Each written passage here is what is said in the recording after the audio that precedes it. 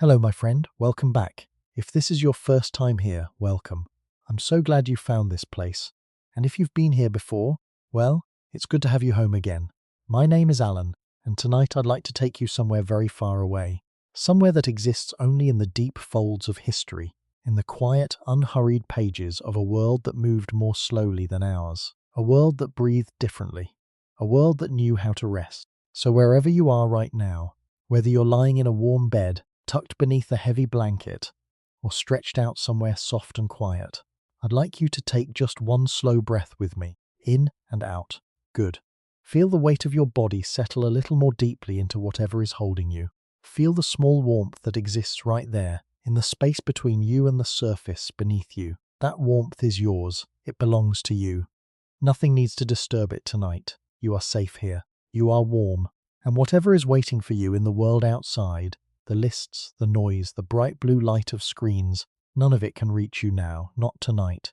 Tonight, we go somewhere else entirely. Tonight, we travel north. We travel north and back, far back, more than 400 years into the past, to a small farmstead tucked into the edge of a pine forest somewhere in northern Scandinavia. The year is somewhere around 1620, perhaps 1630. The exact year doesn't matter so much. What matters is the season. It is winter, and not the kind of winter most of us know today. The kind softened by central heating and electric blankets, and the warm glow of a refrigerator holding everything we might ever need. No, this is a different kind of winter altogether. This is the winter as it truly was, for most of human history, in the far north of the world. Deep, absolute, weeks and weeks of darkness, pressing down on the land like a great soft hand. Snow so thick it buries the lower halves of doorways. Cold so clean and so complete that it silences everything. Birds, insects, running water, the very sound of the earth. And yet, and this is what I want you to feel tonight, really feel, people lived inside that winter. Fully, warmly, together. They did not merely endure it. They inhabited it. They shaped their lives around it, the way a river shapes itself around stone. Not fighting the obstacle, but flowing, finding the path of least resistance, discovering in the process a kind of grace. What I find so quietly beautiful about this world, the world we're going to explore tonight, is how much of human life happened in small rooms, by small fires, with small groups of people who knew each other completely. There was no escape from the cold, so instead there was something better, a turning inward, a drawing close, a choosing, again and again, of warmth over isolation, of togetherness over solitude, of slow work done by hand over speed and efficiency. There was a woman who lived in a farmstead like the one I'm imagining for you tonight. We don't know her name. We don't need to. She was, in the most meaningful sense of the phrase, an ordinary person. A farmwife, a mother, a neighbour, a keeper of fire. Her hands were calloused from wool and wood and cold water. Her memory held generations of winter wisdom, passed from her mother and her mother's mother before that. Wisdom about how to pack a root cellar, how to read the sky before a storm, how to keep a fire breathing through the longest nights. She is the one we'll follow tonight. I want you to settle in now, my friend. Really settle. Let your shoulders drop. Let your jaw go soft. Let your hands rest, open and easy, wherever they've fallen. The world we're about to enter is very, very quiet, and it is, in its own particular way, deeply, profoundly warm. Let's go there together. The snow outside your window, imagine it now, is a foot deep, perhaps two. The pine trees at the edge of the forest are so heavy with white that their branches curve downward like arms holding something precious. The sky is a dark, deep blue, that particular blue that exists only in the north, only in winter, only in the hour before the sun makes its brief, low, amber appearance on the horizon. It will rise. It will give perhaps 5 or 6 hours of pale golden light. And then it will set again, and the blue will return, and the stars will come out in their millions over the silent fields. Inside, there is a fire. There is always a fire, and that is where we begin. You're warm and completely comfortable right where you are. Let that feeling deepen now, just a little. Let everything else go quiet. Before we step fully into this world, let me paint it for you a little more carefully. Let me give you the geography of this life so that when we enter it, you'll feel it the way it was meant to be felt, from the inside. Northern Scandinavia in the 17th century was a landscape of extraordinary beauty and extraordinary challenge in equal measure. Sweden and Norway, the territories we're thinking of tonight, stretched far above what we now call the Arctic Circle. In the southern regions, winters were hard but manageable. Further north, they were something else entirely.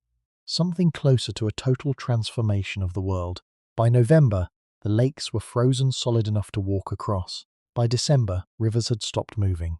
By January, deep January, which is where our story truly lives, the temperature could drop to 30 degrees below freezing, and the sun would rise for only a few pale hours before retreating again beneath the horizon. The people who lived here had been living here for thousands of years. They were farmers, mostly, growing rye and barley in the brief, intense summers, keeping cattle and goats and sheep through the long winters, fishing the rivers and the sea when seasons allowed. They lived in small settlements, clusters of farms connected by footpaths and mutual dependence. A village might be 10 families, 20, if the land was generous. Their homes were built for exactly this: thick log walls, small windows, often covered in winter with stretched animal membrane rather than glass. Glass being expensive and fragile and rare. Low ceilings that held heat close. One central room, one central fire. Everything organized around the fact of warmth, around the absolute necessity of keeping a human body at the right temperature when the world outside wanted very much to freeze it. What strikes me most when I read about this world is not the hardship, though the hardship was real. What strikes me is how organized the warmth was, how intentional. These people understood heat the way we understand electricity, as something precious, something to be generated carefully and distributed wisely and never ever wasted. They understood something else too, something we sometimes forget. They understood that warmth is not just a physical condition, it is a social one. The warmest thing in a 1600s Scandinavian winter was not a fire. It was a room full of people who loved each other. And now, let's go inside. Just breathe easy, my friend. You're perfectly safe. This all happened so very long ago, and all is well. Let the story carry you now gently like a slow current on a still river. The first thing she feels every morning before she opens her eyes is the cold. Not the brutal, dangerous cold of the world outside, not yet. This is the interior cold, the cold of a room that has been sleeping. The cold that creeps in from the walls and the floor and the small gaps around the window frame while everyone in the house has been unconscious and still. It is a gentler cold than the one waiting beyond the door, but it is cold nonetheless, and she feels it first on the tip of her nose, which is the only part of her body not buried beneath the layers of wool blankets and sheepskin that cover the sleeping bench where she lies. She lies there for just a moment. This is important, this moment, before doing anything at all. She lies there and she breathes. In the darkness of the room, which is not total darkness, there is always a faint orange pulse from the embers in the great stone hearth at the center of the room. She can hear the breathing of her household, her husband warm and slow beside her, her children in their sleeping nook at the far end of the bench, layered together like kittens, their small chests rising and falling in a rhythm that is one of the most beautiful sounds she knows. Outside, very faintly, she can hear the wind moving through the pine trees at the edge of the forest. It is a sound like water, like breathing, like the earth itself murmuring in its sleep. She does not want to leave this warmth. Nobody would. But the fire needs her. This is the first and most sacred duty of a winter morning in a 1600s Scandinavian farmhouse. Someone must wake before the others and rebuild the fire. Because the fire is not merely a comfort. The fire is the engine of the entire day. It is what will heat the water for the morning porridge. It is what will warm the room enough for the children to dress without shaking. It is what will, over the long hours of the short day, slowly breathe life back into the frozen world of the house. The damp wool drying by the hearth, the bread that needs to proof near the warmth, the water that would otherwise freeze solid in the wooden pail. She is the one who does this. She has always been the one who does this. It was her mother before her grandmother before that. The first one awake, the keeper of fire. This is not a burden exactly. It is more like a vocation, a quiet daily act of love for the people sleeping around her. She pushes back the top layer of sheepskin, carefully, so as not to let the cold in on her husband's side, and swings her feet to the floor. The floor is stone, laid directly on the earth, and even through her thick wool socks she knitted herself last October, during the long evenings before the deepest cold arrived. The cold rises up through the soles of her feet like a clear signal from the ground below. "I am here," the cold says. "I am always here." Do not forget me." She does not forget. She stands and wraps the sheepskin around her shoulders and moves across the room toward the hearth. Moving through a dark room in the early morning is a thing she does entirely by feel and memory. She has walked this floor 10,000 times. She knows the slight depression in the stone near the loom. She knows the way the wooden table edge presents itself at exactly hip height if she drifts 2 inches too far left. She knows the warmth of the hearth before she reaches it, that gentle radiation, that invitation, and she follows it the way you'd follow the smell of bread. The hearth, it is a large, low construction of local stone, granite mostly, grey and rough, fitted together by her husband's grandfather some 80 years before, and maintained and repaired by every generation since. By day it is the centre of all cooking, all heating, all light. By night it is banked, the large logs pushed together and covered with ash to hold the heat and slow the burning, so that the embers survive the night and give the morning fire a place to begin. She kneels before it. She can feel the warmth on her face from 2 feet away, a soft breathing warmth, barely there, like a candle flame at the end of a long corridor. She reaches forward, and with a small iron tool, her father's fire iron, worn smooth at the handle where 1,000 hands have held it, she gently moves the ash aside, and there they are, the embers, deep orange, almost red, pulsing very slowly, the last alive things in the room, tending themselves through the long dark hours, waiting patiently for exactly this moment. She finds this quietly remarkable every single morning, the way fire holds on, the way it keeps a small coal of itself alive through the coldest hours, if you give it the right conditions, if you bank it carefully, if you trust it to know what it's doing. She leans forward and blows very gently from about 6 inches away. The embers brighten. She blows again, a long, slow breath, not too hard, not too soft, the way her mother taught her, the way you coax rather than force, and the embers begin to glow more steadily, from deep orange to bright orange to a colour that is almost yellow, almost light. She reaches for the small bundle of dry birch bark that she keeps in a clay pot beside the hearth, dry as paper, curled into thin strips, so light it seems to have almost no weight at all. And she lays 3 or 4 strips onto the glowing embers with the delicacy of someone placing flowers. She blows again. A small flame appears. It is the size of a thumb. It is in this moment the most important thing in the room. She feeds it carefully. First the birch bark, then thin dry twigs from the kindling bundle, then slightly larger pieces, working up in size the way you build anything that matters, slowly, patiently, with attention paid to each step before moving to the next. The fire grows. It moves from a single small flame to a broader, lower burning, to something that begins to cast its orange light across the stone walls of the room and to push its warmth, gently at first, then with increasing generosity, out into the cold air of the house. She sits back on her heels and watches it for a moment, just watches. This moves me when I think about it, this particular moment. The whole house still sleeping, the fire just caught, the woman sitting on her heels in her sheepskin wrap, watching the flames find themselves, watching the light she has made begin to do its work. There is something in this image that feels almost sacred.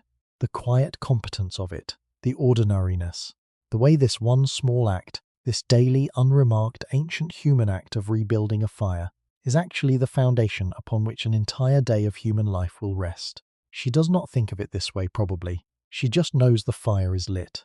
She knows her children will wake to a warm room. That is enough. She adds 2 heavier logs now, ash wood, split last autumn and stacked under the eave of the house to keep dry, carried in yesterday in armloads against exactly this morning, and the fire accepts them, wraps around them, begins the slow long work of burning them through. The room is warming, imperceptibly at first, then more noticeably. She can feel it on her cheeks. She can see, as the firelight strengthens, the outlines of the room around her. The rough-hewn table, the hanging bundles of dried herbs, the loom in the corner with its half-finished cloth, the sleeping shapes of her family. She is awake. The fire is alive. The day has begun. Outside, the snow is still falling softly, as it has been falling for 3 days. The pine trees are white and heavy and still. The sky above them is the deep blue-black of the last hour before dawn. A single star is visible through the small window, one of the winter stars, bright and cold and very far away. Inside, the fire breathes, and she breathes with it, steady and slow, already thinking ahead to the day, to the porridge that needs to start, to the water that needs to be fetched, to the list of small necessary things that make up the texture of a winter day. But not yet. For just this one more moment, she stays very still, her face warm, her back cool, her hands resting on her knees, watching the fire she has made. You're warm and completely comfortable. Nothing needs to hurry. Let your body sink a little deeper into rest, feeling the warmth around you, the way she felt the warmth of that fire on her face 400 years ago, in the dark before the dawn. The house will wake soon enough. But for now, just the fire, just the dark, just the extraordinary ordinary miracle of a new winter day beginning exactly as it should. By the time the first grey light begins to appear at the edge of the sky, not the sun itself, not yet, but the pale pre-dawn suggestion of it, a softening of the darkness at the horizon, the room is warm enough. Not warm the way we mean warm today, not the even, regulated warmth of a thermostat-controlled house. Warm the way a fire warms, unevenly, generously near the hearth, coolly at the walls, with pockets of heat and pockets of chill that shift depending on where you stand, on how the draft moves through the room, on whether the wind has picked up outside and found one of the small gaps in the wall chinking, but warm enough. Warm enough to push back the sheepskins and begin the day. Dressing in a 1600 Scandinavian winter farmhouse is not a casual act. It is not the sleepy, thoughtless reaching for clothes that many of us know today. The half-conscious selection from a wardrobe full of options. The putting on and taking off of things until we find what suits the weather. No. Dressing in this world is a layered, deliberate, carefully considered act that has been refined over generations into something approaching a science of warmth, a science of the body's management in extreme cold. Let me walk you through it. The first layer, the layer closest to the skin, is linen, a long linen shift, for a woman, reaching to the knee or below. Linen seems counterintuitive as a winter fabric. It is cool to the touch, and it does not trap heat the way wool does.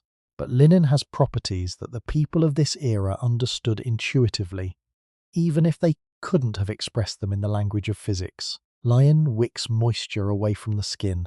In a world of heavy physical labor, even in winter, the body sweats, and a layer of damp wool against the skin is not warm. It is cold and clammy and miserable. The linen takes the moisture, allows the wool layers of it to stay dry, and in doing so keeps the whole system, the whole layered architecture of the dressed body, performing its function. She pulls the linen shift over her head in the near dark, the fabric cool for just a moment against her skin, and then beginning to warm as her body claims it. Over the linen shift comes the first wool layer. In this period, the early 17th century, Scandinavian wool production is a centuries-old tradition of extraordinary sophistication. The sheep that produce this wool have been selected and bred over generations for the quality of their fleece. The wool is cleaned, carded, spun, and woven entirely within the community, much of it in this very house, by these very hands during the long winter evenings when the outdoor work has paused and the hands need something to do. This wool is not the scratchy, coarse thing you might imagine. It has been worked and reworked until it is dense and smooth and extraordinarily warm, capable of retaining heat even when wet, which is one of wool's most miraculous properties. The first wool layer is a close-fitting undergown, ankle length, long sleeves, high at the neck. It goes on over the linen shift, and immediately the warmth changes. It deepens. It becomes more substantial, more certain. She can feel it the way you feel a good blanket, not just on the skin, but somehow inside it. Then a second, heavier wool gown over that. This one slightly looser, a deeper colour, the deep reddish-brown of madder-dyed wool, the colour she chose for herself 3 winters ago when she wove this cloth on the loom in the corner of this very room. Then a wool apron, tied at the waist, because the apron is not merely decorative but functional.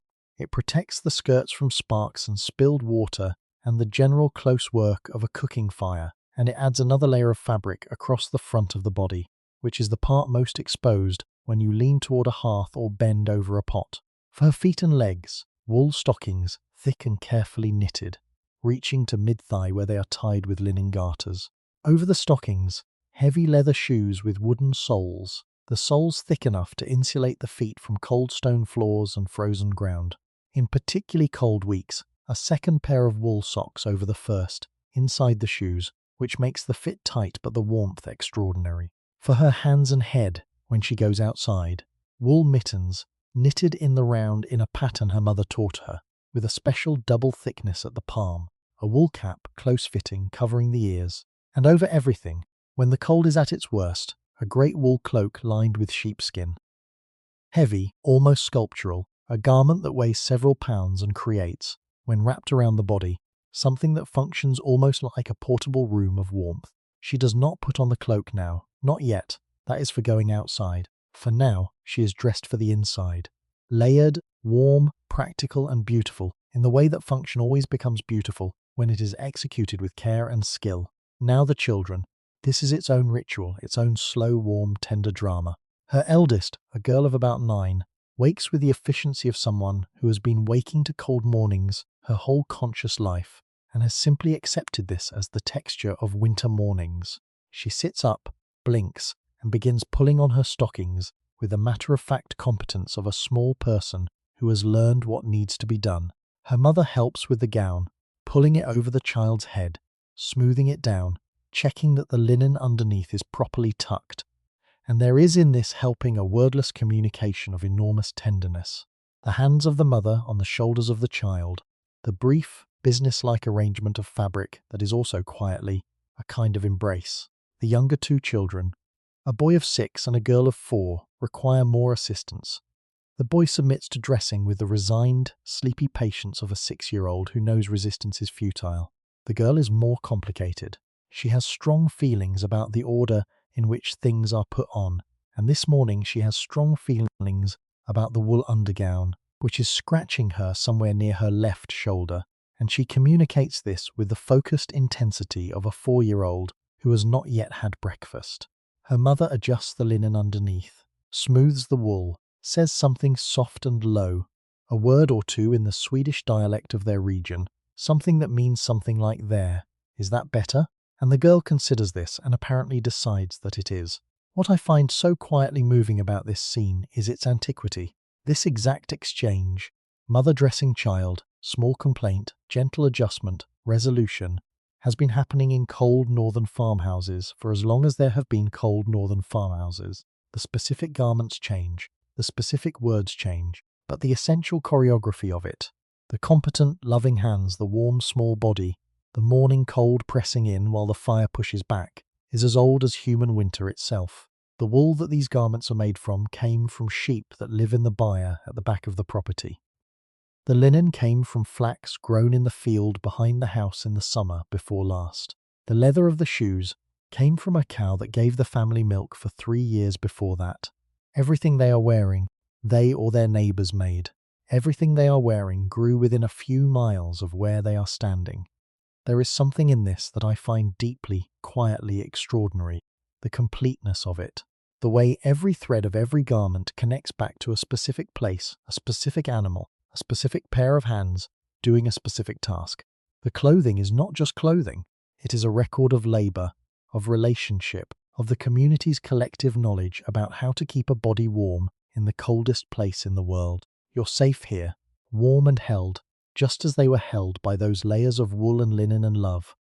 Let yourself rest more deeply now. Let your own warmth surround you completely. She pulls on her own wool cap, a small, practical thing, dark blue, knitted in the evenings, and turns to survey her dressed family. 3 children, her husband now rising from the bench and reaching for his own layers, the fire burning well, the room warming. Outside, the snow continues to fall in absolute silence. The day, layered and warm, is beginning to move. There is a door in the floor of the back room. It is easy to miss, if you don't know it's there. Set flush with the stone floor, fitted with an iron ring, its wooden surface worn smooth by daily opening and closing, until it has become the exact colour and texture of the stone around it. But she knows it's there. She has known it's there since she was the age of her youngest daughter, since the first time her own mother lifted that ring and took her down into the cool darkness below and showed her what it held. The root cellar. In the hierarchy of survival in a 1600s Scandinavian winter, the root cellar occupies a position close to the sacred. It is the storehouse, the larder, the proof that summer's labour was not wasted, the physical embodiment of the community's collective decision to survive. Everything that cannot be kept at room temperature, which, in a farmhouse warmed only by fire, means everything that would freeze solid if left upstairs, lives down here in the even, cool, above freezing dark of the earth below the frost line. She lifts the ring and pulls. The door comes up smoothly. It is heavy, 2 inches of solid oak, but well balanced on its hinges, and a breath of cool earthy air rises to meet her. It is the smell of the root cellar. Damp earth and dried herbs and something slightly fermented, something sweet and ancient, the smell of stored food and preserved life. She has loved this smell since childhood. It smells to her like safety. She takes the tallow candle from the shelf near the door, already lit, carried from the hearth, and descends the 5 low stone steps into the cellar.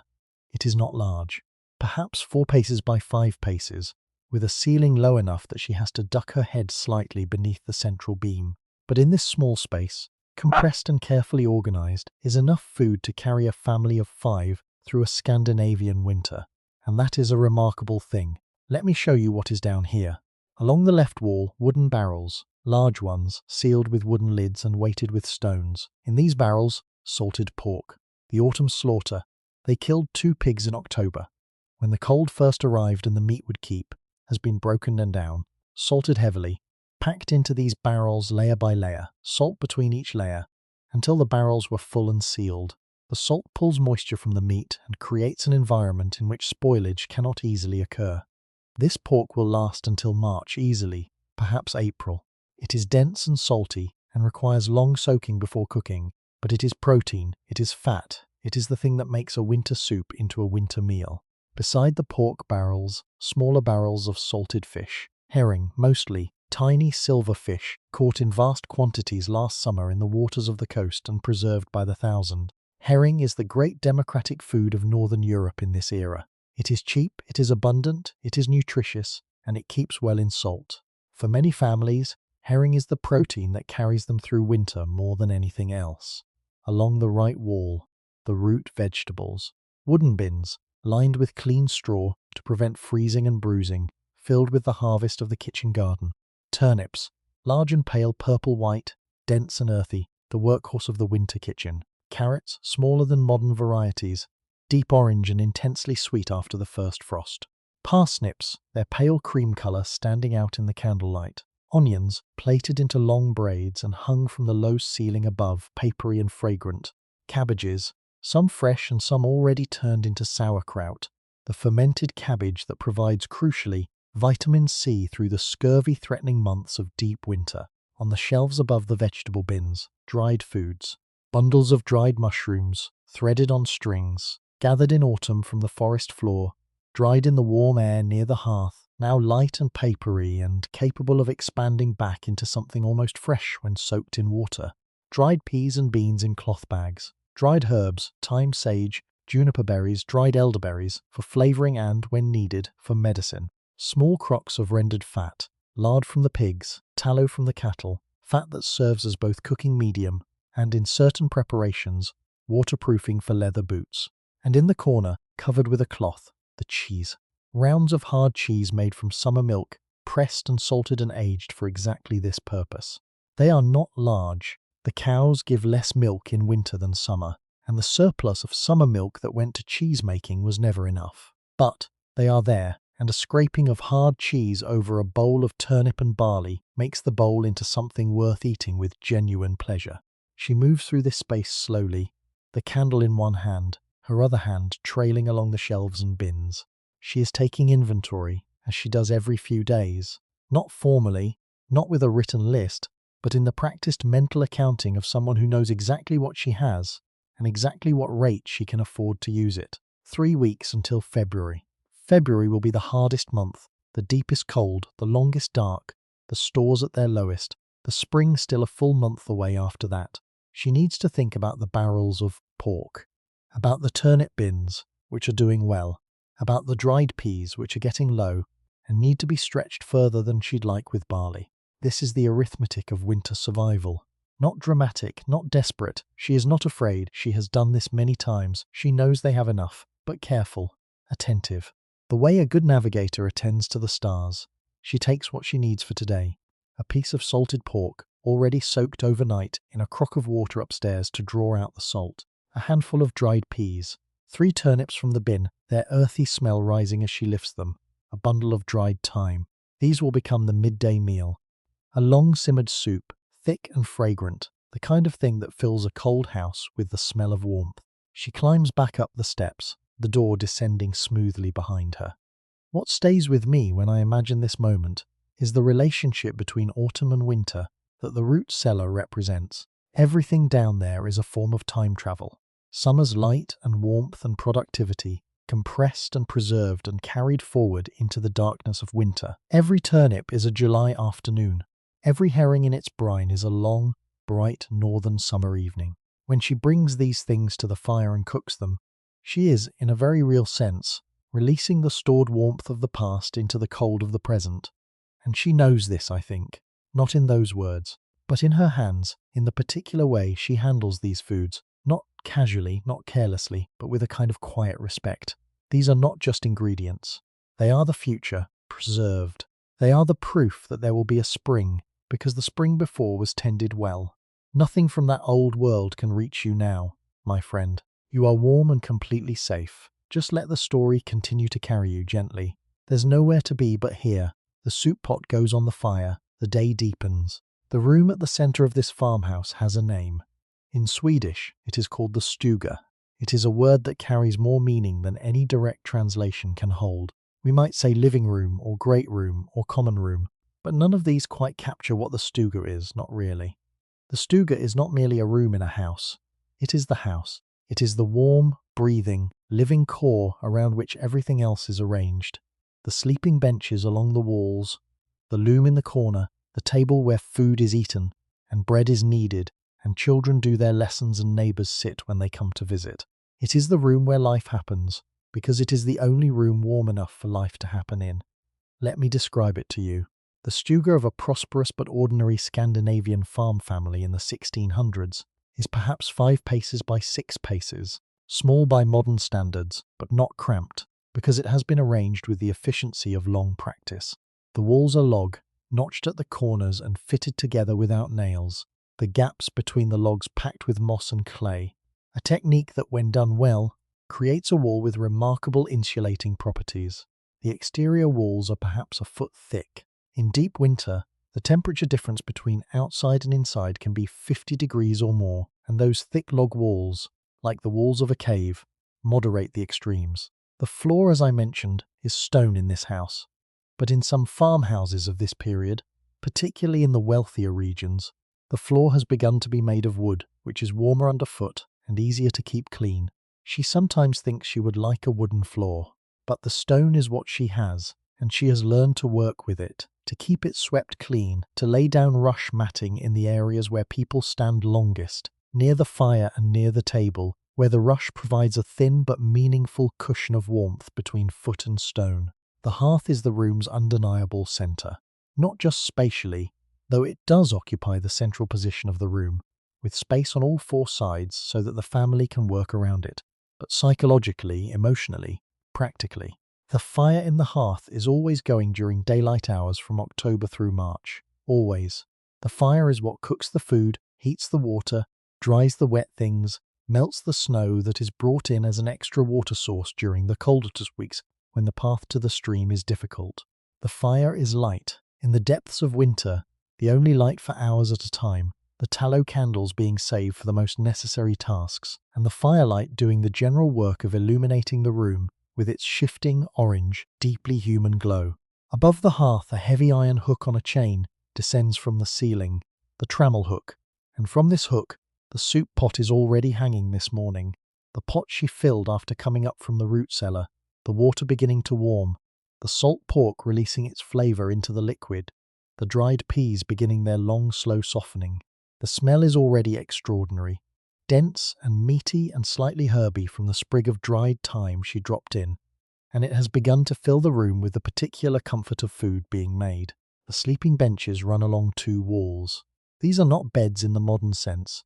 There are no bed frames, no separate sleeping rooms. The benches are wide shelves built directly from the log walls, raised perhaps 18 inches from the floor, with a wooden lip at the front edge to keep the bedding from sliding off. They are sleeping platforms, essentially, and in winter they serve the additional function of keeping the sleeping body off the cold floor and at the level of the warmest air, because warm air rises, and the air at bench height is always several degrees warmer than the air at floor level. On the benches, straw mattresses covered with linen ticking and topped with wool blankets, sheepskins, and whatever extra layers of bedding the family owns. The accumulated warmth of the night still clings to these beds in the morning.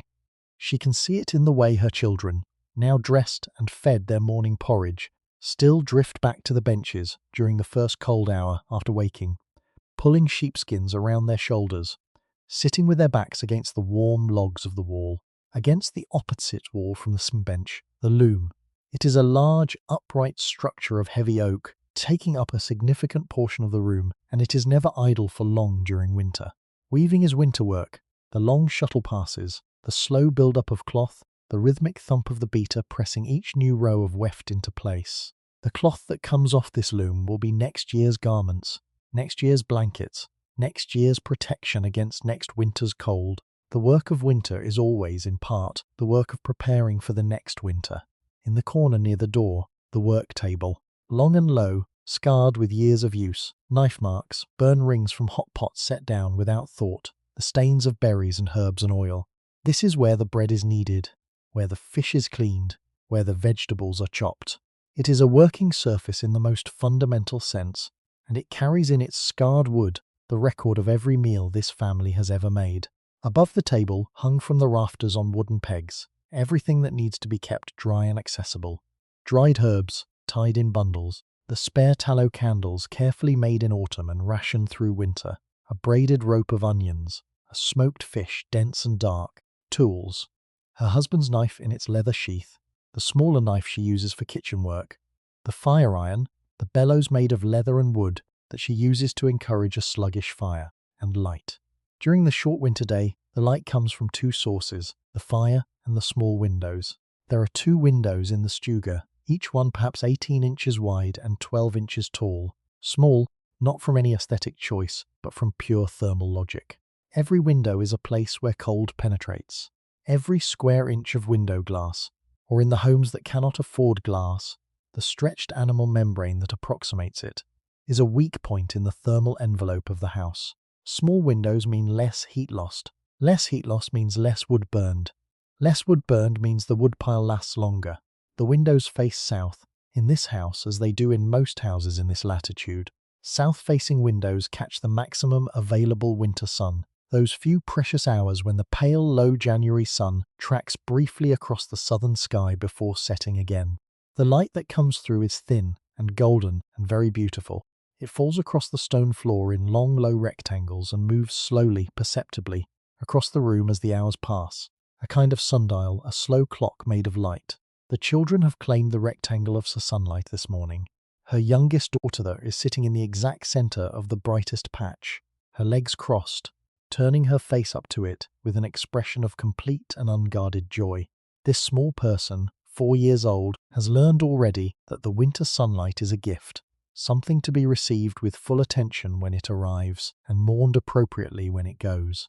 Her son is sitting beside her, slightly less rapturously, working a small wooden puzzle that his father carved for him last week. A horse made of 5 interlocking pieces, the challenge being to take it apart and put it back together. He has been taking it apart and putting it back together for 3 days now, and shows no signs of tiring of this project. Her eldest, the 9-year-old, is at the table with a small piece of birch bark and a sharpened stick, practicing the letters that the village pastor taught her last autumn before the deep snow closed the paths. She is deeply absorbed in this work, her tongue just visible at the corner of her mouth, each letter formed with the slow, deliberate care of someone who understands that literacy is a precious and effortful thing. This moves me enormously. This room this morning, this ordinary arrangement of 3 children in a warm space doing 3 entirely ordinary things. This is the real history. Not kings, not battles, not the large dramatic events that fill most history books. This, the sunlight on the floor, the puzzle horse, the letters on birch bark, the soup pot breathing its fragrant steam into the room. This is what most of human history actually looked like. She moves through the room, stirring the soup, adding a log to the fire, pausing to look over her eldest's shoulder at the letters, and murmuring something approving, crossing to the window to look at the sky and read the weather. And in her movements, There is a quality of calm authority, of being entirely in the right place, doing exactly the right things. She belongs to this room, and the room, in some deep sense, belongs to her. Just breathe easy here. You're warm and completely comfortable, just like this family in their stuga. Let the warmth of the fire reach you where you are, and let everything outside go very quiet. The soup simmers. The sun moves its slow rectangle across the floor. The children breathe. The room holds them all. There is a door at the back of the house. Not the front door. The front door faces the yard and the path and the world. And it is the door for people, for visitors, for the formal business of comings and goings. The back door is different. It is lower and narrower, set into the rear wall of the house, and it leads through a short covered passage, the gang, the connecting corridor, into the byre. The byre. This is the barn, connected directly to the house, and this architectural choice, the joining of human dwelling and animal shelter into one long structure, is one of the most significant and sensible decisions that Northern European farming culture ever made. Think about it. In a climate where winter temperatures drop to 30 below, where snowdrifts can reach the roof line, where stepping outside means entering a world that actively wants to freeze you. In such a climate, the distance between your house and your animals matters enormously. Every morning, someone must tend the animals, must carry hay and water, must muck out the accumulated waste of the night, must check that each creature is healthy and warm and eating well. In a separate barn, even 50 feet away, this means bundling up entirely, the cloak, the mittens, the careful preparation for cold exposure, and trudging through snow and dark and wind to do the work. In an attached byre, it means opening a door. More than convenience, though, there is something else. The animals generate heat. A cow generates approximately as much heat as a space heater running continuously. A pig is a small furnace. Sheep, huddled together, create a collective warmth that is quite significant. In the attached byre of a 1600s Scandinavian farmhouse, several cows, a few pigs, a small flock of sheep, and perhaps some goats are produced simply by existing and metabolizing food, a continuous flow of thermal energy that moves through the connecting passage and contributes meaningfully to the warmth of the human space. This was not an accident. The people who designed these long houses, over generations of cold experience, understood exactly what they were doing. They were harvesting the body heat of their animals the way we harvest solar power, capturing an energy that would otherwise be wasted, routing it to where it was needed. The byre is attached to the house because the byre is warm, and warmth in this world is never wasted. She opens the back door now. The smell comes first, dense and animal, not unpleasant to someone who has grown up with it, warm in a very fundamental biological way. The byre is dark, lit only by the small window at the far end and by the lantern she carries, and as her eyes adjust she can see the shapes of her animals. 3 cows, their breath rising in visible puffs in the slightly cooler air of the byre, their great patient eyes catching their lantern light. 4 sheep in their pen to the right, pressed together in a woolly mass. 2 pigs, enormous and pink and deeply self-satisfied, in their sty at the far end. And along the left wall, in their individual baskets, the hens, 6 of them, small and round, and emitting the low, drowsy sounds of chickens who are not yet fully awake and have opinions about this. She moves to the cows first. The cows are the most important animals in this household. They are the most expensive to keep, requiring the most hay, the most care, the most space, and they provide the most in return.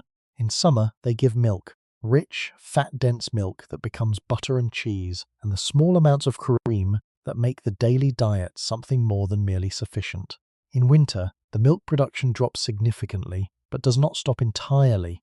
Even now, in January, each cow gives a small amount each morning, just enough to add a splash to the porridge to make a little fresh cheese. And in a more final sense, the cow's entire body is winter provision. When a cow is slaughtered, usually in autumn, when the cold arrives and the meat will keep, every part is used. The meat for eating, fresh and then salted. The fat for rendering into tallow for candles, the hide for leather, the bones for broth and for tools, the sinew for thread. Nothing is wasted. Nothing can be wasted. But that is autumn's work.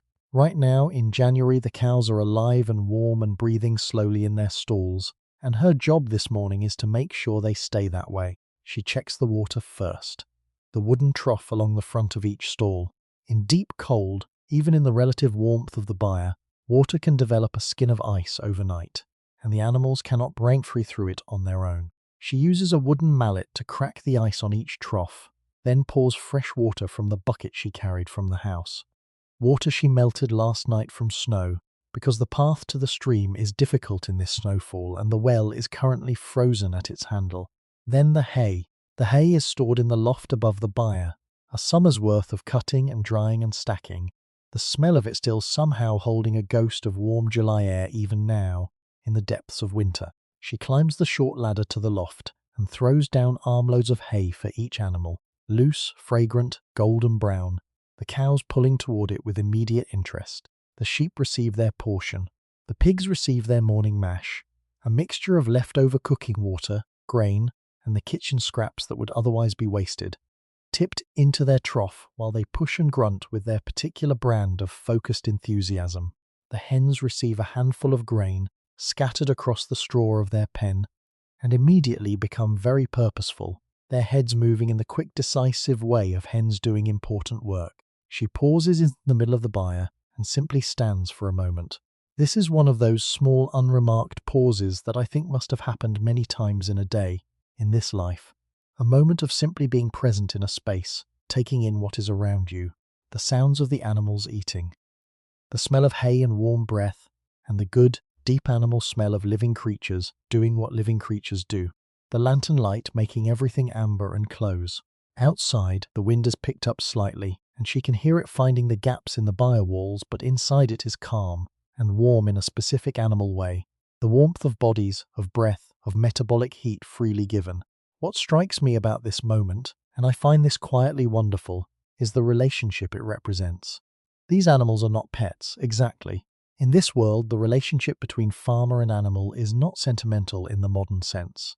It is practical, reciprocal, and deeply understood by both parties. The animals depend on her for survival, for food, for water, for the protection of the byre from weather and predators. She depends on them for milk, for meat, for heat, for the labour of oxen in the spring fields, for the wool of the sheep.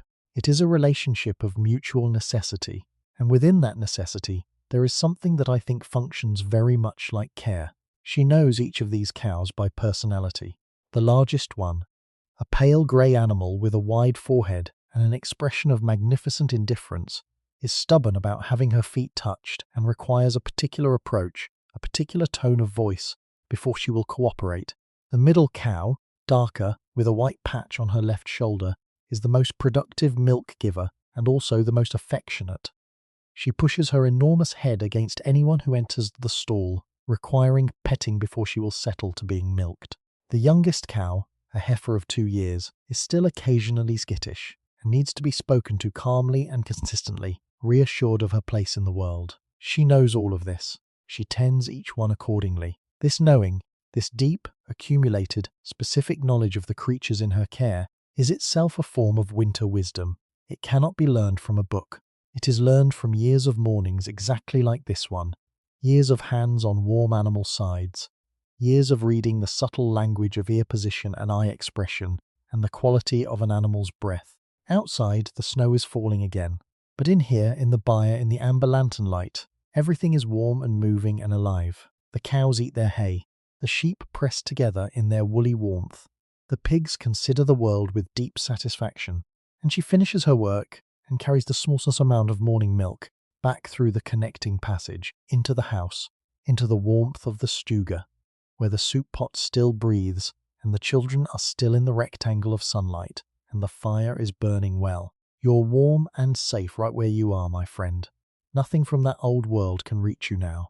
Just let the sounds of the animals and the smell of hay drift gently through your mind, peaceful and slow as you rest. She sets the milk pail on the table. She washes her hands in the water bowl by the hearth. She looks at her children. She looks at the fire. She is exactly where she needs to be. By mid-morning, the soup has been simmering for 2 hours. The smell in the stuga has become something quite remarkable.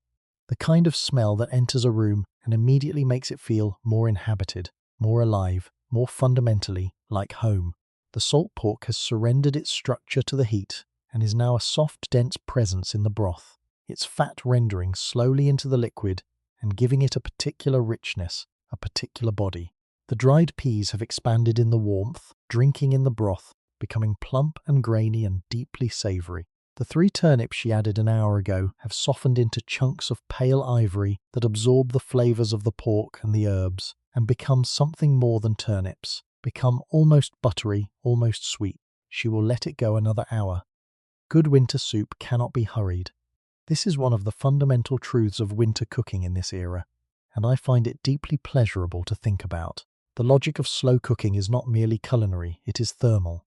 Every hour that pot sits over the fire is doing double work.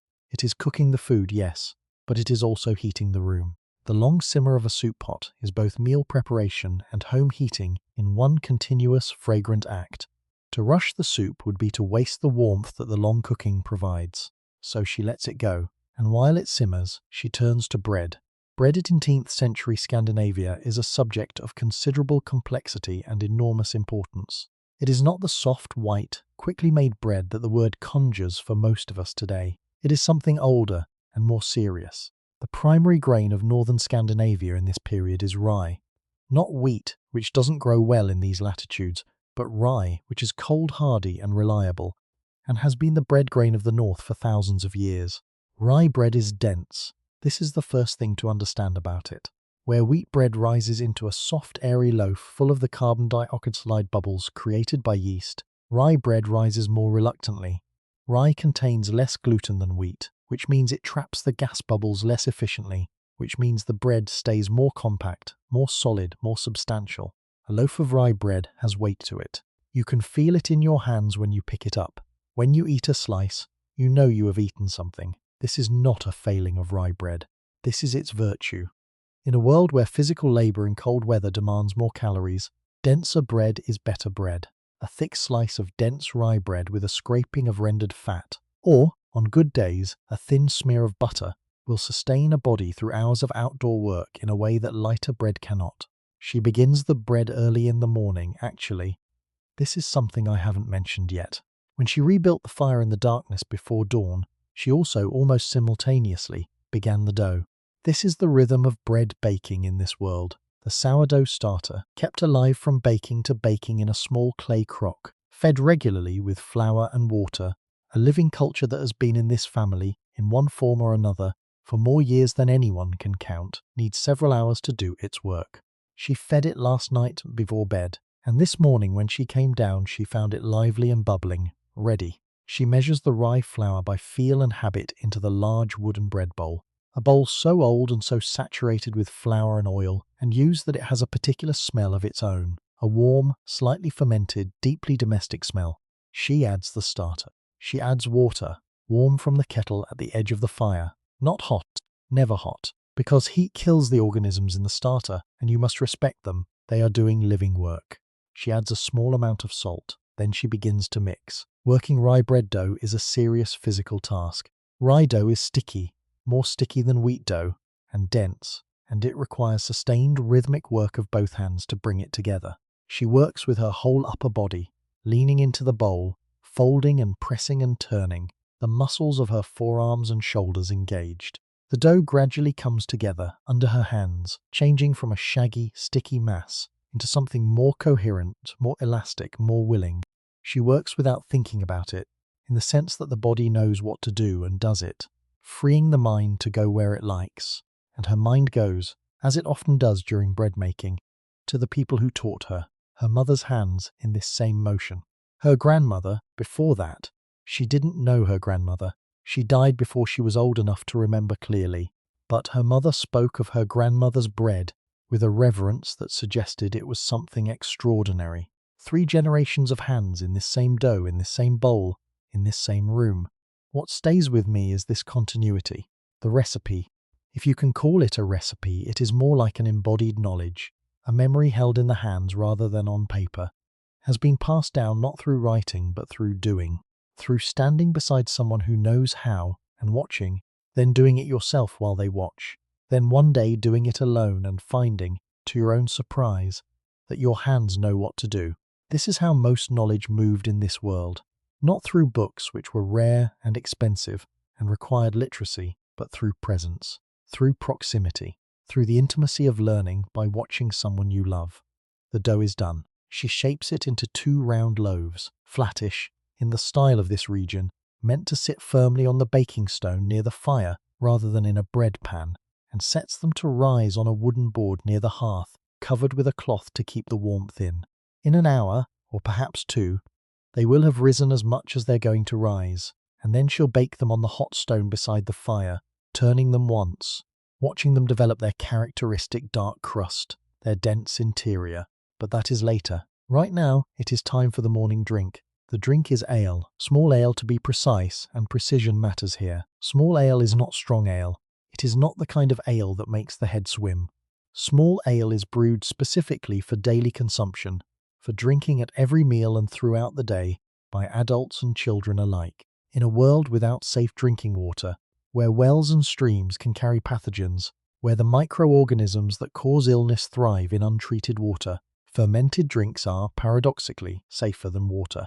The brewing process kills the harmful bacteria. The alcohol content, even the very low alcohol content of small ale, perhaps 2 or 3%, provides an additional antibacterial barrier. Small ale is, essentially, a survival technology. She brews a new batch every week, from malted barley and water, and a small addition of dried juniper berries, a Scandinavian addition that gives the ale a particular resinous, piney quality that she loves. The brewing pot sits near the fire, always in its appointed place.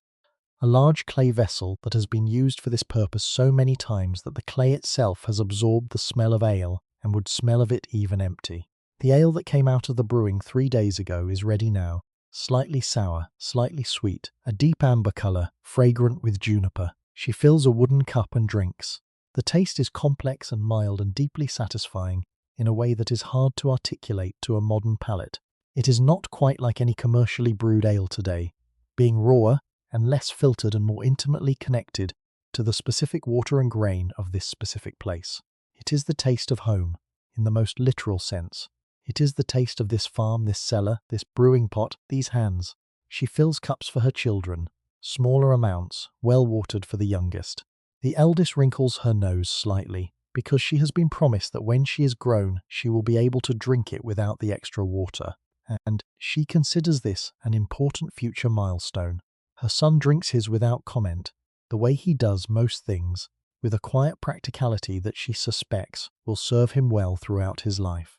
Her youngest holds the cup in both hands and drinks very slowly, with great seriousness, as if the act of drinking requires her complete attention, which, at 4 years old, it probably does.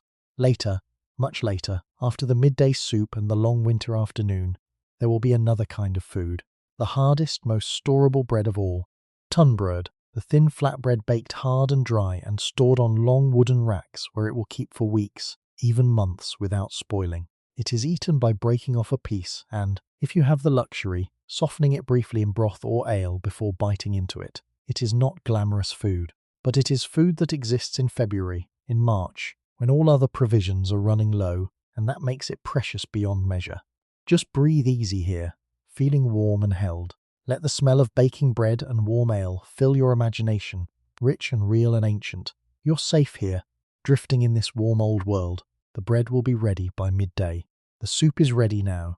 She ladles it into the wooden bowls, deep and wide, warm in the hands, and calls her family to the table. Her husband comes in from where he has been working on the far side of the stuga, mending a leather harness that split last week. The children come, the youngest being carried since her legs are short, and the table is tall, and she has strong feelings about this, and communicates them clearly. They sit. The soup steams. Outside, the snow has eased. A thin bar of pale winter sunlight lies across the table, touching the wooden bowls, the rough linen tablecloth, the 4 faces bent toward their food, warm and unhurried and entirely sufficient. The afternoon light is changing. It has been changing for the past hour, almost imperceptibly, the pale rectangle of sunlight on the floor moving slowly, the way the hand of a clock moves when you watch it directly, seeming not to move at all, and yet always somehow further along than you expected. The light is thinning. It is losing its gold and taking on a cooler, bluer quality, the quality that announces, to anyone who has lived through many northern winters, that the afternoon is beginning its long, quiet collapse toward dark. By 3 o'clock in January in this latitude, the sun will be gone. By 4, the sky will be the deep, luminous blue that is not quite night but is no longer day. By 5, the stars will be visible. The dark is coming, the way it always comes, not suddenly, not dramatically, but with that slow, inexorable, deeply familiar northern patience. She has known this dark her whole life. She has made her peace with it. She has, in fact, found something in it that she values. Something about the way the dark draws everyone inward, toward the fire, toward each other, toward the particular quality of attention that is only possible when the outside world has gone invisible, and there is nothing to look at but the small bright space of the room and the people in it. The afternoon in this household belongs to handwork. Let me tell you about the handwork. In the hierarchy of winter activities in a 17th century Scandinavian farmhouse, handwork occupies a position of central importance that is difficult to overstate. It is not hobby. It is not recreation in the sense we mean today. Something done for pleasure in the margins of a life filled with other more important things. The handwork is itself important, necessary. Without it, the family does not have warm clothing next winter, does not have blankets, does not have the cloth that can be traded at the spring market for things they cannot make themselves. The hours spent spinning, weaving, knitting, and sewing in the firelit afternoons of winter are the hours that make all other hours possible. She sits near the fire now, in the chair that is her chair, the one closest to the hearth on the left side, positioned so that the firelight falls over her right shoulder onto her hands. This positioning is not accidental. She has sat in exactly this spot for years, has adjusted and refined her position until the light falls precisely right, because the work she does requires seeing the individual fibers of the thread she is spinning, requires catching any irregularity in the twist before it becomes part of the cloth. She is spinning flax. The flax, harvested from the small garden plot in August, retted in the pond, dried and broken, and hackled through the summer's long preparation, is now in the form of a long silky bundle called a distaff, attached to a stick propped upright beside her chair. From the distaff, she draws out a thin continuous stream of fibers with her left hand and feeds them onto the spindle.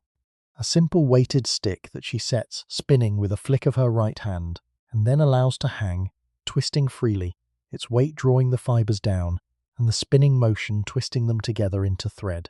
Twist, draw, release, watch, twist, draw, release, watch. The rhythm of it is hypnotic. I want you to feel this rhythm because I think it is one of the most ancient human rhythms there is. The spinning of fiber into thread, this specific motion, this specific breath between drawing and releasing, has been done by human hands for at least 10,000 years. The same fundamental action, the drawing out of raw fiber, the introduction of twist, the creation of something strong and continuous from something loose and separate. Women in ancient Egypt, women in ancient China, women in Roman farmhouses and Viking longhouses and medieval manor houses. And this woman, now in her stuga in January in the 1600s, all of them making the same motion, all of them breathing the same breath between draw and release. What strikes me sitting with this image is how the body learns this. It cannot be taught from description. Someone must show you. You must watch the hands of someone who already knows. Watch until your own hands begin to understand, until the knowledge moves from the visual to the muscular, until you can do it in the firelight, in the near dark, almost without looking. Her hands know spinning the way, feet know walking, not as a sequence of deliberate instructions, but as a single flowing, deeply embodied act. She is watching the thread today, though, checking it with a particular attention, because the thread she is making this week is intended for the finest weaving she plans this winter. And it must be even, must be consistent in its thickness, must be twisted to exactly the right degree of tightness. Too loose and the thread will be weak. Too tight and the cloth woven from it will be stiff and unyielding. The right tension is a feel, not a measurement. Her fingers know it. Across the room, her eldest daughter has taken up the smaller spindle. This is one of the most important things that happens in this afternoon. This sitting together, mother and daughter both spinning in the same light. The daughter's thread is uneven still, occasionally too thick where she drew the fibers too slowly, occasionally too thin where she drew them too fast. Her mother glances over sometimes and says something quiet, a small correction, a word of encouragement, and the girl adjusts. She is learning. She is 9 years old, and she is learning something that will serve her every winter of her life, something passed down through her mother's hands, and her grandmother's hands, and her great-grandmother's hands, an unbroken line of spinning stretching back into the deep past. In the corner near the loom, her husband is doing his own winter handwork. His work is wood. He has a piece of birch on the bench before him, not a large piece, perhaps the length of his forearm, pale and clean-grained, and he is carving it with a small curved knife into the shape of a spoon. Not just any spoon, a particular kind of spoon, a soup spoon with a deep bowl and a handle carved into the form of a running horse at the top, a horse whose mane flows backward in a way that he has been refining and re-refining for the past 3 days. It is a gift for her. He has not said so, but she knows. She knows the way the spoon is being made, slowly, with a particular kind of attention that is itself a form of love. And she knows that it will appear in her hands at some moment when she has forgotten to expect it. The children have their own work, scaled to their capacities. The boy has been given a length of thick wool yarn and 2 large wooden needles. The very beginning of learning to knit, the simple in-and-out motion that is the foundation of the craft. And he is sitting cross-legged on the sleeping bench, his tongue at the corner of his mouth, working a single row of loops with the focused intensity of someone performing a complex surgery. Each stitch is an achievement. He holds the work up after every 3 or 4 stitches to inspect it, which means his progress is slow, but his satisfaction is considerable. The youngest has been given a bundle of wool roving and a small hand card, a flat paddle covered in short wire teeth, and her job is to card the wool, to pull the card through the fluffy mass of raw fibre and draw it out into a smooth, even bat, ready for spinning. This is genuinely useful work. The wool needs carding before it can be spun, and small hands can do this task as well as large ones. She applies herself to it with the complete, uncritical dedication of a 4-year-old who has been told she is helping, which is the most powerful motivating force known to child psychology. The room breathes, the fire breathes, the thread grows slowly. Outside, the blue is deepening. This is the Kveldsarbeit, the evening work, though it begins in the afternoon here, because the afternoon is already evening in January. The concept of Kveldsarbeit is central to Scandinavian winter culture in this period and for centuries to come. The gathering of the household around the fire in the last hours of light to do the handwork that winter requires. The hands busy while the voices talk, or while someone tells a story, or while a song moves through the room, barely above a murmur, more felt than heard. Tonight, there will be visitors. This is something she has been looking forward to since yesterday, when the woman from the neighbouring farm sent her son through the snow with a message. They were planning a handarbetskväll, a handwork evening, a gathering of several neighbouring women at one house to work together, to share the warmth of company, to make the hours pass more richly. These gatherings happen regularly throughout the winter, rotating from house to house, each one a small social event in the careful, quiet social calendar of a winter village. But that is this evening. Right now, in the fading afternoon, the room is just the family, the 4 of them, and the fire and the handwork, and the particular quality of a winter afternoon that is holding its breath before dark. She finishes a length of thread and winds it carefully onto the spindle. She draws out more fibres from the distaff. She sets the spindle spinning again. That small, ancient, perfect motion. Twist, draw, release. Watch. You're warm and completely comfortable here. Let your hands rest easy. Let the rhythm of the spinning carry you deeper into quiet. Nothing needs to happen now but rest. The thread grows. The room dims. The fire brightens in the growing dark, throwing its warm orange light across the walls, across the faces of her family bent over their work, across the half-finished cloth on the loom and the carving on the bench and the small uneven knitting in the boy's hands. This is what winter evenings were made of. Not emptiness, not endurance, but this. Hands moving, fire burning, family close. The slow, beautiful accumulation of useful things made with love in the long dark. There is a particular quality to childhood in winter. It is different from the childhood of summer, different in its textures, its rhythms, its emotional register. Summer childhood is outdoor childhood. The running, the climbing, the scraped knees and sun-browned faces, the long light evenings that stretch past bedtime, and the sense that the world is enormous and yours to discover. Winter childhood is something else. It turns inward. It becomes slower, closer, more interior. A childhood of small spaces and firelight and the particular games and stories and imaginative structures that grow when the outdoor world has temporarily closed. She has been watching her children do winter all their lives. The eldest came into the world in late autumn, and so winter has always been her earliest memory. The firelight on the ceiling of the sleeping bench, the smell of wool and wood smoke, the voices of adults moving through the dark room. She is comfortable in winter, in the way that people are comfortable in the landscape of their earliest experience. The dark does not frighten her. The cold is a known quantity. She has, in fact, a particular love for the quality of light that winter produces. The long shadows, the way the snow outside brightens the room even in dim afternoon, the particular amber intimacy of firelight that summer light cannot replicate. The boy was born in spring, and his relationship with winter is slightly more complicated. He is, in his secret heart, a creature of the outdoors, of the open field and the running path, and winter's confinement chafes him slightly, especially in the deepest months when the cold is too serious for prolonged outdoor play. He manages this, with the wooden horse puzzle, with his knitting, with the particular focused interior projects that his mind generates when his body is constrained. He is creative in the way that confinement produces creativity, necessity being the mother of invention, and the inventions of a 6-year-old boy who cannot go outside being reliably interesting. The youngest has never known anything other than this winter, this room, this fire.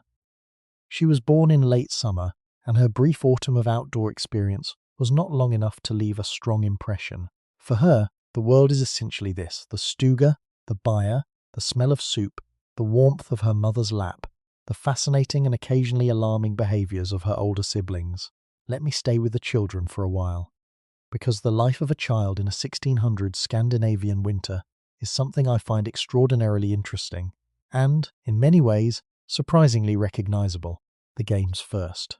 In a world without manufactured toys, without printed books of games, without the vast commercial apparatus of modern childhood entertainment, the games that children play are almost entirely self-generated or passed down through the community's oral tradition.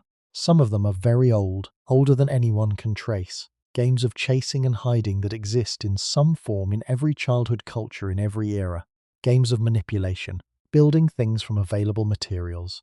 The way children today build with plastic blocks, but here building with wooden offcuts and smooth river stones, and the dried seed pods of summer plants kept in a cloth bag. The eldest has a particular passion for what might be called story games, games in which she assigns roles and scenarios and directs the play with the authority of a small theatre director. Her brother is usually her most reluctant but ultimately compliant cast member. The youngest is always enthusiastic, but occasionally unpredictable in her interpretation of the role she has been given. This morning's story game is something to do with a queen and a wolf, and a very important message that must be delivered across a frozen kingdom. The details shifting and evolving as the game progresses, the players periodically stopping to negotiate the terms of what is happening. The eldest's vision encountering her brother's alternate suggestions, and the youngest's cheerful disruption, the whole thing producing a kind of ongoing collaborative fiction that absorbs the three of them for the better part of an hour. She watches this from across the room, her hands moving on the flax, and what she feels is a deep, quiet gladness. This is what children do. This is what they have always done. The specific game is new, invented this morning, existing nowhere else in the world but in this room, in these three minds, but the act of it is as old as human childhood. The gathering of small people in a warm space, the invention of a shared imaginary world, the negotiation and collaboration and occasional conflict that the game requires. This is the oldest form of education, of socialization, of the development of the particular human capacity for narrative and imagination. Winter is in some ways the best season for this. Summer has too many alternatives, too many distractions, too much world outside demanding attention. Winter has nothing outside. Winter says, stay, come in, be here, together, in this small warm space, and make something from what you have. And what they have, these children, is each other, and the fire, and the extraordinary generative power of human imagination, given the simple gift of time. Lessons happen in the afternoon. She is not a formally educated woman. Formal schooling is a privilege of the wealthy and the urban in this period, not readily available to farm families in remote northern settlements. But she can read, having been taught by the parish pastor as a child, and she knows her numbers well enough for the practical arithmetic of farm management, the measuring and weighing and calculating that daily life requires. Her husband reads too, slowly but adequately, and they have decided, with a quiet firmness that is the way all their most important decisions are made, that their children will learn. The teaching tools are simple. Birch bark for the writing surface. Birch bark can be written on with a sharpened stick or with a small piece of charcoal, and it is abundant and free. The alphabet, which the eldest is mastering with impressive speed. Numbers up to 100, which the boy can already do reliably. The catechism, which both older children are slowly memorizing from the family's one book.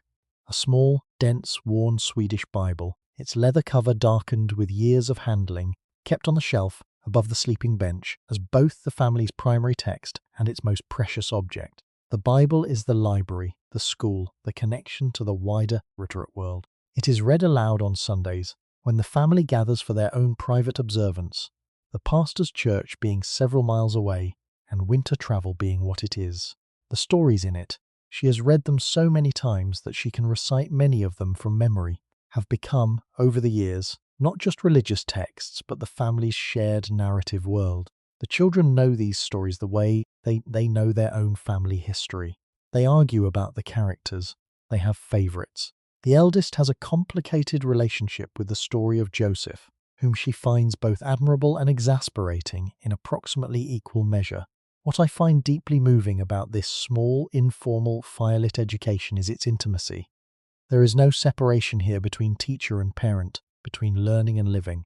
The lesson happens at the same table where the soup was eaten, in the same room where the fire was built, surrounded by the same sounds and smells as all the rest of daily life. Learning is not a special activity that happens in a special place. It is woven into the texture of the day the way the weft is woven into the warp, inseparably, continuously, naturally. The bedtime stories are perhaps the most important education of all. Every night, without exception, before the children are arranged on the sleeping bench, and the sheepskins pulled up to their chins, there are stories. Some of the stories are old, very old, far older than Christianity, older perhaps than writing itself. Stories of the tomt, the small household spirit who lives under the floorboards and protects the farm if treated with respect and causes mischief if ignored. Stories of the winter forest and what moves through it in the long nights. Stories of clever younger sons and wise old women and the magical transformations that occur when the right person speaks the right word at the right moment.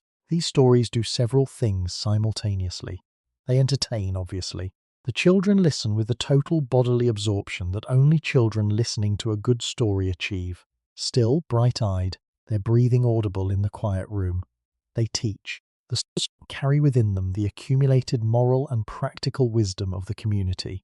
Lessons about generosity, about the consequences of greed, about the importance of treating animals and old people and strangers with respect. The lessons arrive wrapped in narrative, which means they arrive in a form the mind can hold and keep and return to, far more effectively than any direct instruction, and they comfort. The stories, especially the stories of the tomt and the household spirits, perform a specific and important function. They make the darkness friendly. They people the winter night, which outside the walls of the stuga is vast and cold and genuinely inhospitable, with beings who are familiar, who can be appeased, who have comprehensible motivations. The world is not empty out there. It is not merely threatening. It is full of presences, some of them helpful, all of them part of a story that the community understands. The dark is not frightening. The dark is full of stories. Just breathe easy, my friend. You're warm and completely comfortable. Let the firelight flicker behind your eyes, warm and orange, as the stories wash over you. There's nothing to do but rest. The boy falls asleep before the story is finished. He always does, at the point when the hero is in the middle of their journey, his small face going slack, and his eyes closing with the peaceful finality of a child who has given themselves completely to sleep. The eldest listens until the very end. She always asks one question, at the end, in the particular way she has of asking questions, sideways, carefully, as if she already has a guess at the answer and wants to check it. Tonight the question is whether the tomt under their floor is the same one that was there when her mother was a child. She considers this. Yes, she says. She believes it is. The girl considers this for a moment in the way she considers things, thorough interior taking her time. Good, the girl says finally, and closes her eyes. There are things that must be done outside. This is simply a fact of winter life, and no amount of warmth and comfort inside the stuga changes it. Water must be fetched. The household uses water continuously, for cooking and cleaning and the animals, and the snow that can be melted provides a supplement but not a full supply. The woodpile must be visited and armloads of split wood carried in to replace what has been burned. The outhouse must be visited, which requires a brief, brisk expedition that is undertaken with a focused efficiency of someone with a clear purpose and a strong preference for completing it quickly. The snow must be cleared from the doorway and the path to the byre, which can drift overnight to depths that make passage impossible.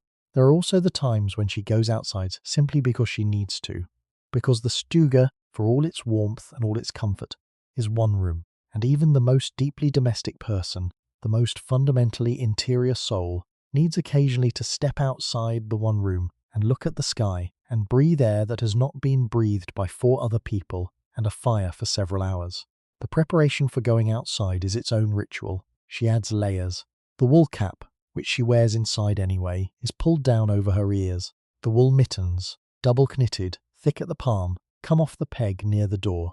The sheepskin cloak, the big one, the one that weighs as much as a small child, goes on over everything else, its weight settling onto her shoulders like the physical presence of warmth itself. She checks the fastenings. She checks the mittens, a small, habitual gesture, like making sure there are no gaps at the wrists where cold air can find its way in. She opens the door. The cold arrives before she steps through it. This is one of the things I find impossible to fully describe but deeply want to try. The quality of the cold when you open a door in a northern Scandinavian January. It is not merely low temperature, it is a presence, a physical force with texture and personality. It enters the room in a visible breath of vapour, her warm interior air meeting the exterior cold and condensing instantly into a white mist, and it arrives on her face and hands with an immediacy, a vividness, that is almost shocking even when completely expected. She steps through the door, the world outside. It takes a moment, always takes a moment, for the senses to adjust to this world after the enclosed warmth and dimness of the stuga. The first thing is the light. Even on a grey January day, even under a sky of low white cloud, the snow reflects so much light that the outside seems startlingly bright after the firelit interior. Her eyes narrow. The world is white and silver and pale blue, every surface covered, every branch laden, every contour softened and rounded by the accumulated snow of weeks. She stands for a moment at the door, not moving, simply being in this world, the silence. This is the thing that strikes me most about descriptions and accounts of deep northern winter, not the cold, which is expected and prepared for, but the silence. The snow muffles everything. The usual sounds of a farm in other seasons, birdsong, running water, the wind through leaves, are gone. The birds have moved south or into the dense shelter of the forest. The streams are frozen and silent. The trees are still as architecture. Even the wind today has dropped, and the air is absolutely, completely, astoundingly quiet. Not the absence of sound exactly. That would be unnerving. More like the presence of a very specific quietness. A quietness with texture and depth. A quietness that has substance, that you can almost lean against. The kind of quiet that paradoxically you can hear. The kind that makes the sound of her own breath, visible now, each exhalation a brief cloud of vapour, seem almost loud. She begins to move. The snow underfoot has a crust on it this morning from last night's brief temperature drop. A thin, hard shell of refrozen surface snow, and she breaks through it with each step, the crunch and sink rhythm of walking on crusted snow, a sound so specific and so distinctive that it comes back to her, sometimes in summer, when she walks through dry grass and hears the faint echo of it. Crunch, sink, crunch, sink. She moves toward the woodpile. The woodpile is perhaps 20 paces from the door, on the east side of the house, where it is somewhat sheltered from the prevailing westerly wind.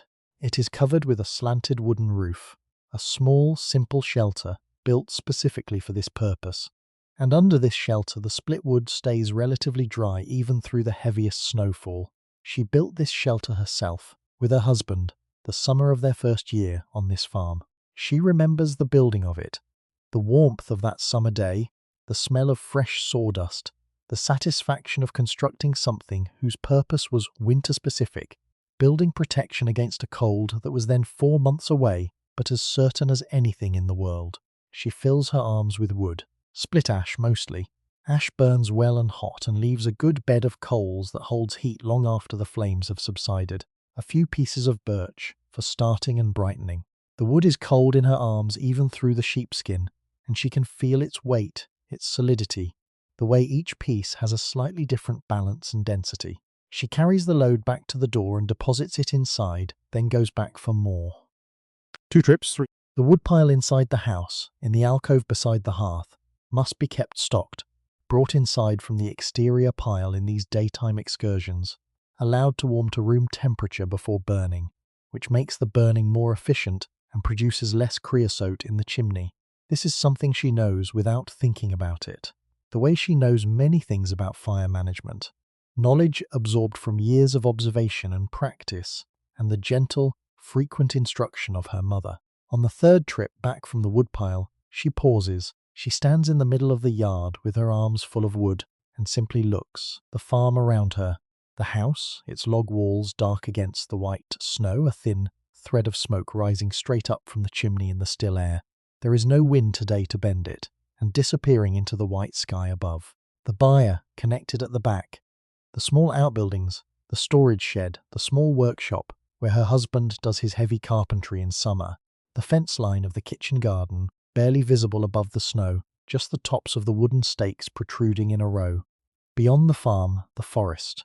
The pine forest that begins perhaps 100 paces from the fence line and goes on, as far as she knows, for a very long way in every direction. In summer, the forest is a resource for berries and mushrooms, for timber, for the particular stillness she goes to, sometimes when she needs to think. In winter, the forest is something slightly different, still familiar, still hers, but larger. The snow makes it look larger, the white floor and the dark trunks going back and back into a dimness that seems to have no bottom. The light under the canopy is a deep, cold, silvery blue. Nothing is moving in the forest. The trees are absolutely still. A single crow, just one, a large and prosperous-looking bird sitting in the topmost branches of the nearest myriad pine, observes her from its elevated position with the cool, philosophical detachment of crows everywhere and in all eras. She looks back at it. For a moment, woman and crow regard each other across the white silence of the winter yard. Then she carries her wood inside. The shock of re-entering the warm house is its own pleasure. The cold of the outside still in her cheeks, still in her fingers through the mittens, and then the warmth of the fire and the smell of the soup and the sounds of her children reaching her all at once, wrapping around her like the room itself is embracing her. She stands inside the door for a moment, letting the transition happen. Outside, vast, silent, white, cold, beautiful, inhuman in its scale. Inside, small, warm, fragrant, human. Close, the sound of her son explaining something to his sister with great earnestness about the horse puzzle. She sheds her cloak and her mittens. She moves to the fire and holds her hands out to it, palms forward, and feels the warmth move from the surface of her skin inward. Not quickly, never quickly in deep cold, always a slow process of reclamation, the warmth working its way back into the fingers, the knuckles, the deep muscles of the palm. She finds this, the rewarming after cold, one of the small, underrated physical pleasures of winter life. The contrast, the particular gratitude of warmth that follows cold, the specific appreciation of fire that only cold exposure can produce. You cannot feel this pleasure without the cold. The cold is, in this sense, not merely a hardship but a necessary part of the experience. The thing that makes the warmth luminous, that transforms the simple fact of a fire from background condition to felt blessing. Let that old world drift by while you rest. You're safe here, warm and completely held. Feel the warmth around you the way she felt the warmth of that fire on her cold reddened hands. A warmth earned, a warmth felt all the way to the bone. She turns from the fire. Her hands are warm again. The afternoon is moving toward its end. Outside, the crow has gone, and the yard is empty and white and perfect and still. Inside, the fire burns. By late afternoon, the light outside the small windows has become something between dusk and dark. Not fully night, not yet, but the particular blue-grey quality of a winter afternoon in its final hour, the sky holding a last dim memory of the day's light, while the shadows beneath the pine trees have already become absolute. The snow in the yard catches this last light and holds it, glowing faintly as if the snow itself is producing a small warmth of its own, which, in a way it is. Snow is an extraordinary insulator, and under the right conditions it can hold a certain luminosity long after the sun has gone, a blue-white radiance that northern people have always found both beautiful and slightly uncanny. She is watching for the light of a lantern. It will come through the trees at the edge of the property, a small, moving orange point in all that blue-white stillness, and then another, and perhaps a third. The women from the neighbouring farms, coming through the snow with their lanterns and their handwork and their voices, coming for the handarbeidskväll, the handwork evening. She has been looking forward to this since the message came yesterday, and the anticipation itself has been a kind of warmth, the particular warmth of a social event in a season where social events are rare and therefore precious. In summer, neighbours meet constantly, at the fields, at the stream, at the communal tasks of planting and harvesting that bring the whole settlement together in the long light evenings. In winter, the distances that are nothing in summer become real obstacles. Half a mile through deep snow, in the dark and cold, requires preparation and intention. You do not simply drop by. You make the journey with purpose, and the purpose is worth making. There, a light in the trees. She straightens from the window and turns to the room with the particular expression of someone who has been waiting and is now ready. She adds 2 logs to the fire, heavier pieces, meant to burn long and hot, to keep the room warm for a fuller house than usual. She moves the soup pot. The midday soup has been sitting at the edge of the hearth all afternoon, staying warm, deepening in flavour, to a more central position, because there will be more people to feed this evening, and the soup will need to be warm and plentiful. She checks the bread, the second loaf, baked in the afternoon, dense and dark and cooling on the board, and slices it, laying the slices on the wooden board in a fan. She brings out the hard cheese, unwrapping the cloth from around the round, setting the small knife beside it. She fills the ale jug from the brewing vessel and sets it on the table with the wooden cups arranged around it. These preparations are small and take no more than a few minutes, but they are important. Not because the neighbours expect a lavish welcome.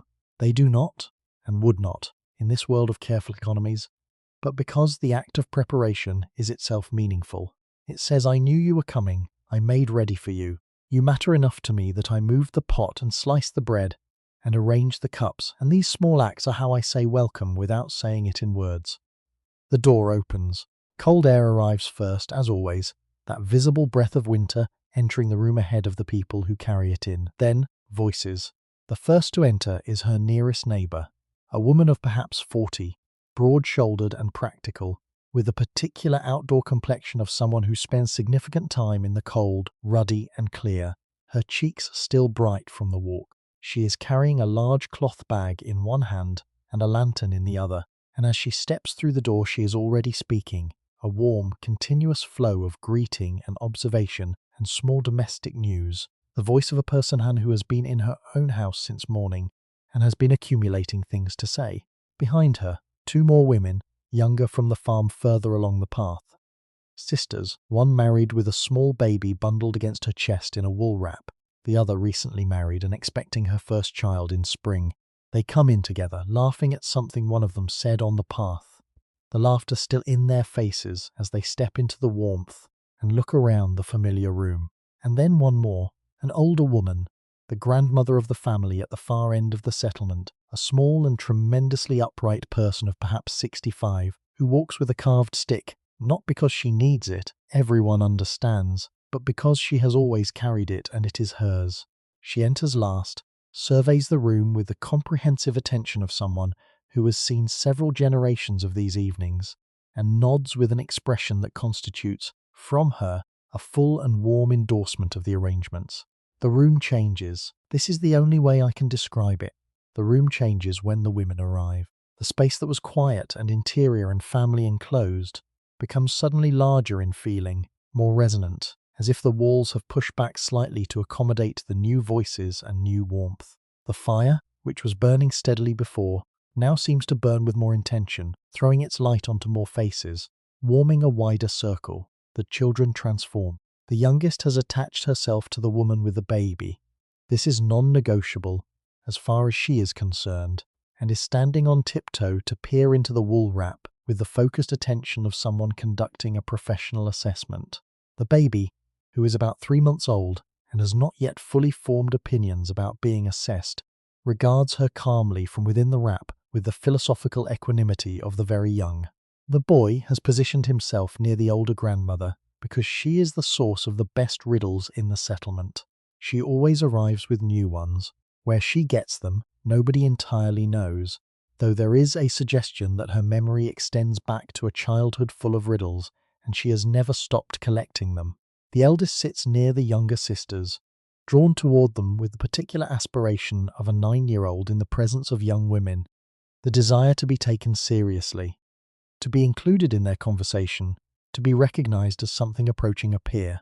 The younger sister, the one expecting in spring, treats her with exactly the right degree of seriousness, asking her opinion on things, nodding at her answers with genuine attention, and the girl's posture changes under this treatment, straightening, becoming more careful, more considered.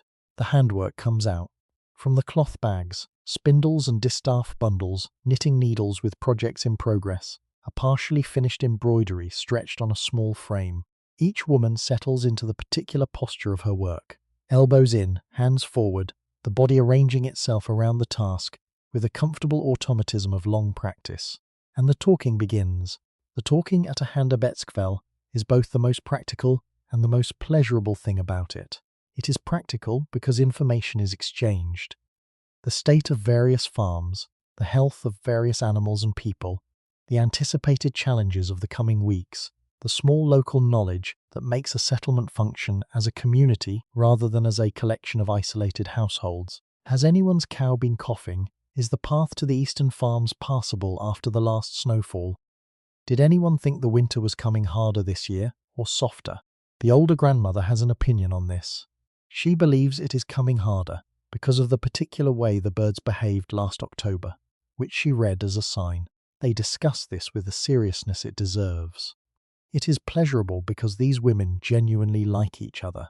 They have known each other for years, most of them, some of them for their entire lives, the settlement being the kind of small, stable community where families stay for generations and where the relationships between neighbors have the depth and texture of family relationships. There is the specific ease of people who have no need to perform for each other, who have long since moved past the careful social surfaces of acquaintance into the more comfortable territory of genuine knowing.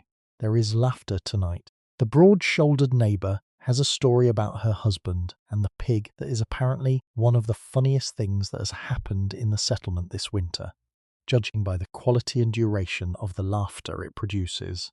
The details of the story, the pig, the specific nature of the husband's miscalculation, the outcome, are less important than the laughter itself, which moves around the room the way warmth moves around a fire, touching each face in turn. The older grandmother's compressed smile, the sister's open delight, her own laughter, which she feels in her chest and which loosens something she didn't know was tight. Laughter is warmth of a very specific kind. I think about this sometimes. The way laughter functions in communities of people who are objectively in difficult circumstances, cold, confined, working hard at the basic business of staying alive and keeping their families fed and warm, and yet laughing. Laughing the way people laugh when something is genuinely funny, with their whole bodies, unself-consciously. The laughter is not despite the difficulty. It is not a denial of the cold outside or the work ahead. It coexists with these things, comfortably and completely, because people are not simple, and life is not one note. The older grandmother begins a story. She does this without announcement, simply begins, in the particular cadence of a practiced storyteller, her voice settling into a slightly different register from her conversational voice, her posture shifting fractionally. The room responds to this shift without discussion. Conversations lower, hands continue moving on the handwork, but the attention moves to her. The story is old. She can hear the age in it, in the particular rhythms of the sentences, the way certain phrases repeat, the way the plot moves in the traditional arcs of folk narrative. It is the story of a woman who outwits the winter itself, who trades riddles with the north wind, and wins, and the prize she wins is the first day of spring. It is a story about cleverness and about the deep human need to believe that intelligence can prevail against the cold. The children listen. The youngest has fallen asleep against the woman with the baby, the two of them forming a small warm mass in the corner of the sleeping bench. The baby oblivious, and the 4-year-old gone when I've go when sleep takes them mid-sitting. The boy is awake, eyes bright, leaning forward slightly, his knitting abandoned in his lap. The eldest is listening with her whole face, the expression she gets when a story has her completely, when she has stopped evaluating and started inhabiting. The fire burns, the thread grows. The story moves through the room like warm air, touching everyone, leaving something behind. You're safe here, warm and completely held. Let the story and the firelight and the warmth of all those voices wash over you. Nothing from that world can reach you, and this all happened so very long ago. Just rest and let it carry you. When the story ends, there is a moment of silence, not uncomfortable silence, the opposite, the particular silence that follows a good story, the silence in which the story is still present, still alive in the room, before the voices begin again and ordinary time resumes. Then the broad-shouldered neighbour says something warm and specific about the story, and the grandmother accepts this with her compressed smile.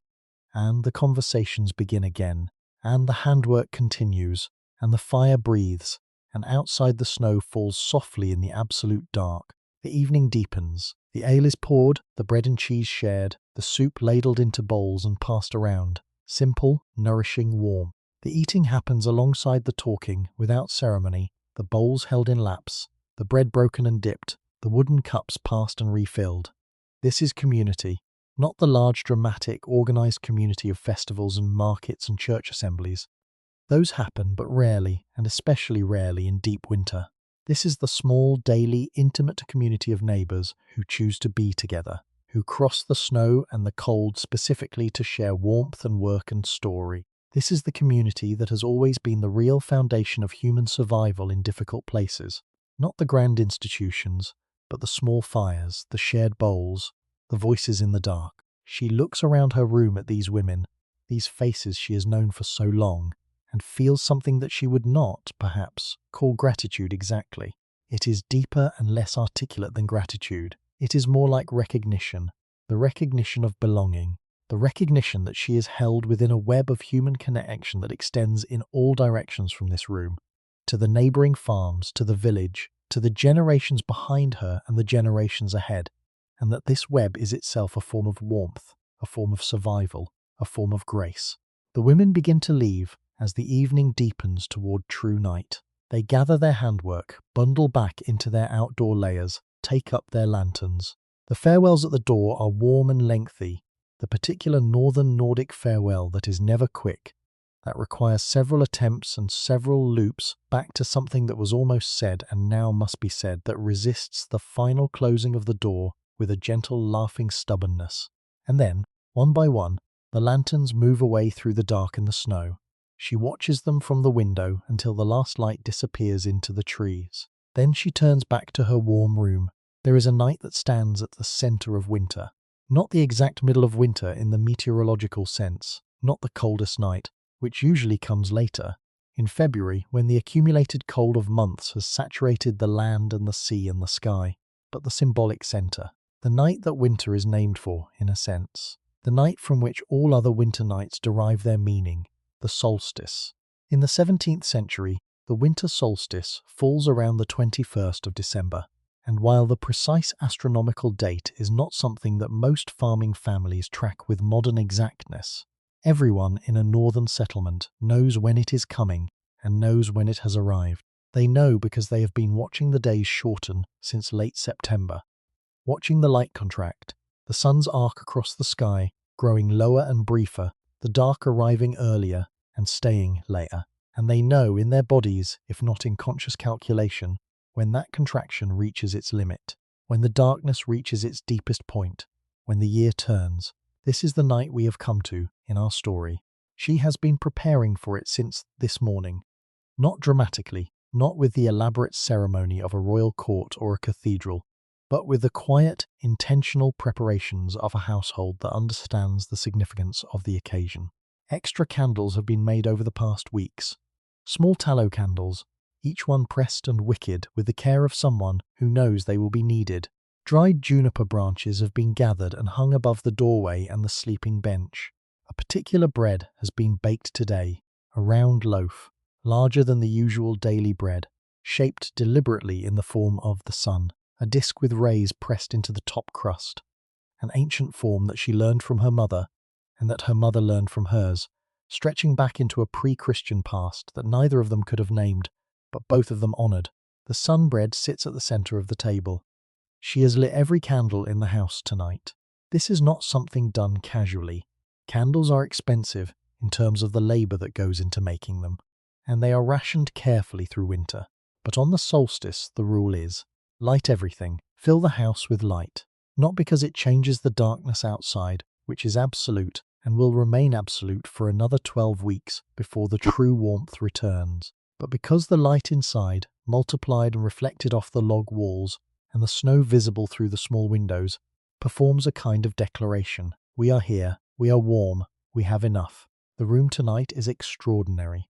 The candles, perhaps a dozen of them placed at every surface, their small flames reflected in each other and in the small window panes, fill the stuga with a warm, golden, slightly unsteady light that is quite different from the usual firelight. Firelight is orange and mobile and dramatic. Candlelight is steadier, more intimate, a smaller and more personal illumination. Together, fire and candle, they make the room seem to breathe with light, every shadow moving very slowly, every surface warm and amber.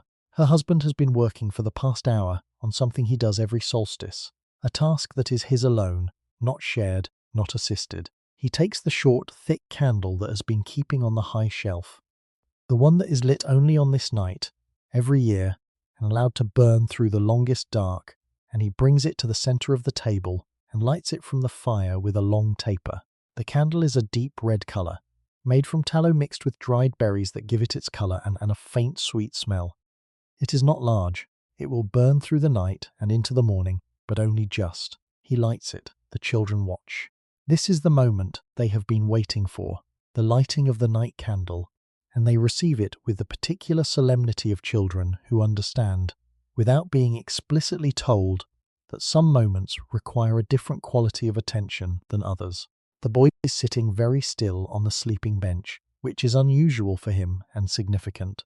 The youngest, who fell asleep during the handarbetskväll and woke when the neighbours left, is sitting in her mother's lap with her thumb in her mouth, a habit she has supposedly given up, but which returns at moments of significant emotional content, which this evidently is. The eldest is standing beside her father, close enough to touch his arm, watching the candle flame settle into its full burning, with the expression of someone witnessing something both small and important. The flame steadies, he nods, and then the music begins. Her husband is not a man of many performances. He is quiet by nature, not given to display, most comfortable in the language of made things, the carved spoon, the repaired fence, the winter-ready byre, rather than the language of words or song. But on the solstice he sings. It is a single song, an old one. She does not know where it comes from originally. It predates any source she could name, predates perhaps the Christianity that now frames the family's spiritual life, coming from somewhere deeper and older, from the time when the turning of the year was the central spiritual event in the lives of northern people. The melody is modal and slow, a minor key that is not sad, exactly, but is something more complex than sadness. The way minor keys can be, something that holds both the difficulty of winter and the certainty of spring in the same harmonic space, something that acknowledges what has been hard while looking, steadily and without flinching, toward what is coming. He sings it quietly, just to the room, just to the family. She closes her eyes and listens. What she hears is not just the song, though the song is beautiful, and she has loved it since the first solstice she spent with him, the first winter of their life together, but everything that the song carries, the particular timbre of his voice, which she knows as well as she knows any sound in the world, the slight roughness in it from days of outdoor cold, the steadiness of it, the way he holds each note with the unhurried patience that characterizes everything he does, the way the song fills the room without overwhelming it, the way the candles continue burning around the sound of it, the way the children are absolutely still. The youngest's thumb has come out of her mouth. She is listening with her whole small body. He reaches the end of the song. The last note holds for a moment in the air, really holds, the way some sounds do in small, warm, still rooms. And then it is gone, and the silence that follows is the beautiful silence of something completed. Then the youngest says, very quietly, in the voice she uses for things she considers important, "Sing it again." He looks at his wife. She looks at him. They smile. And he begins again. This is what I want to stay with, in the middle of this story. This image of the family in their lit room on the longest night, the second singing already begun, the children gathered in closer now, her husband's voice moving through the warm air, the candles throwing their steady light, the fire at the center, the snow outside, and the absolute dark and the knowledge, deep and certain, that from this night forward the light will return. Not quickly, not tomorrow or next week. The cold will get harder before it gets easier, and there are many dark weeks still to come. February will bring its own particular challenges. The stores in the root cellar will get lower before spring refills them. The firewood pile will diminish. There will be hard mornings and cold hands and the specific tiredness that comes from months of careful management. But the light is turning. That is the meaning of this night. Not that the hardship is over, it isn't, but that the direction has changed, that the universe has acknowledged the season and begun, slowly, to reverse it. The days will lengthen from here. A few minutes at first, barely perceptible, then more confidently, then with the sudden accelerating generosity of a late Scandinavian spring that seems to arrive all at once in a rush of green and warmth and birdsong. For now, though, this room, this light, this song, the boy falls asleep somewhere in the third singing. He simply tips sideways on the sleeping bench, as if a switch has been thrown, his breathing immediately deepening into the profound unconsciousness of a 6-year-old at the end of a long and eventful day. His mother reaches over without interrupting the song and pulls the sheepskin over his shoulders, and he does not stir. The youngest lasts longer. She is running on the fuel of the disrupted nap from the handwork evening, and she has strong feelings about the solstice candle and is monitoring it closely. But eventually, perhaps an hour after the singing ended, and the family sat together in the candlelight, eating the saran slowly, passing pieces around the table with the deliberate savouring of something meant to last, she too goes. Her head drops onto her mother's shoulder. Her breathing changes. She is asleep before she reaches the sleeping bench, and is carried there by her father, who manages this transfer with the practiced skill of a parent who has learned that a sleeping child can be moved without waking if done with sufficient gentleness and sufficient confidence. The eldest stays up the latest. She always does on the solstice. This is an unspoken tradition, recognized and honored. She stays up with her parents in the candlelight, not talking much, just present, her handwork in her lap but mostly ignored, watching the night candle burn and the shadows move, and her parents' faces in the warm light. She is old enough to feel the weight of the occasion without being able to fully articulate it. Old enough to understand that this night means something, that the care her family takes with it, the candles, the bread, the song, is a form of reverence for something large. At some point she says softly that she thinks the days will be longer tomorrow.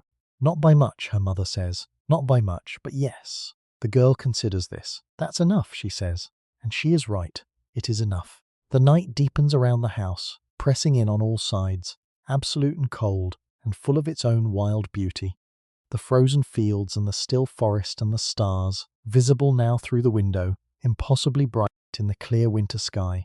The great winter constellations standing watch over the sleeping land. Inside, the candle burns, the fire breathes. The family sleeps, or nearly sleeps, gathered in the warm center of the longest night, held by the walls and the fire and each other, and the ancient human knowledge that the light is coming back. You're warm and completely comfortable, held just as they were held by that firelit room, that long winter night. Let the candle flame flicker softly behind your eyes. Let everything slow down now, all the way down, into deep and restful quiet. The solstice candle burns, the night passes, and somewhere below the horizon, the sun has already begun its return. I want to stay here for a little while longer, before we leave this farmhouse, before the fire burns down, and the candles gutter and the darkness outside begins its slow retreat. I want to sit with what we have seen tonight, what we have followed, what we have been given the chance to feel. Because I think this story, this small, unheroic, entirely ordinary story of a woman and her family, and their neighbours surviving a northern winter 400 years ago, contains something that I find genuinely important. Something that is not merely historical curiosity, not merely the pleasant entertainment of imagined past lives, but something that speaks to the way we are built as human beings. Something about what we actually need, and what we sometimes forget we need, and what we find again, sometimes, when the world gets quiet enough for us to hear it. The first thing the winter knows is the value of slowness. In a 1600 Scandinavian winter farmhouse, there is no possibility of hurry. The cold enforces patience. The dark enforces presence. You cannot outrun a northern winter, cannot manage it into efficiency, cannot schedule it into submission. It will take as long as it takes. The bread will rise when it rises. The fire will warm the room at the rate that fires warm rooms. The days will lengthen in their own time, by their few minutes, with absolute indifference to your desire for spring. And in this impossibility of hurry, something opens. The attention, freed from the forward-leaning urgency of speed, settles into the present. The hands doing the spinning are not thinking about all the spinning still to be done. They are spinning this fibre, this handful, this thread. The eyes watching the children in the rectangle of sunlight are not calculating the afternoon's tasks. They are watching the children, this moment, this light. The ears hearing the solstice song are not planning tomorrow. They are hearing the song, this note, this breath. This is something that the winter gave these people, and I think it is something we sometimes struggle to give ourselves. The gift of being here. The gift of this, now, enough. The second thing the winter knows is the value of warmth that is earned and shared.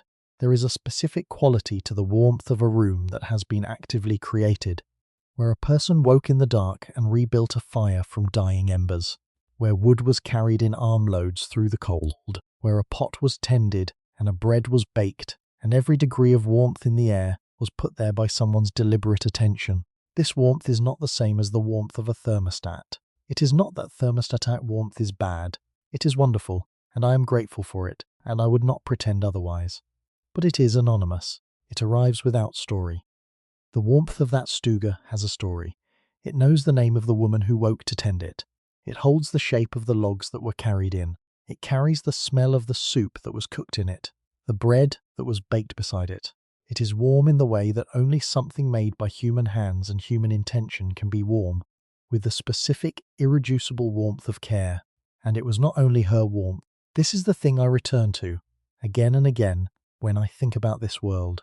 The warmth of that room was everyone's warmth. The neighbours who came through the snow brought their warmth. The husband who sang brought his. The children, pressed together on the sleeping bench, generated a collective warmth that was measurably, physically greater than the sum of their individual bodies. The animals in the byre contributed their steady biological heat. The community of the village, connected by the paths through the snow and the rotation of the handwork evenings and the sharing of news and story and food, all of this was warmth in a sense that goes beyond temperature. This is what community does and has always done. It warms, not metaphorically, not only metaphorically. It warms in the most literal physical sense, and it warms in the deeper sense, the sense that is harder to measure but just as real, the warmth of being known, of being expected, of being included in the circle around the fire, the warmth of having someone who sends us a message through the snow to say, "We are gathering, come." The third thing the winter knows, and I find this perhaps the most quietly radical, is the sufficiency of enough. There is a concept that I keep encountering in the historical literature about pre-industrial rural life, a concept that is difficult to translate into modern terms precisely because modern terms resist it. It is the concept of having enough.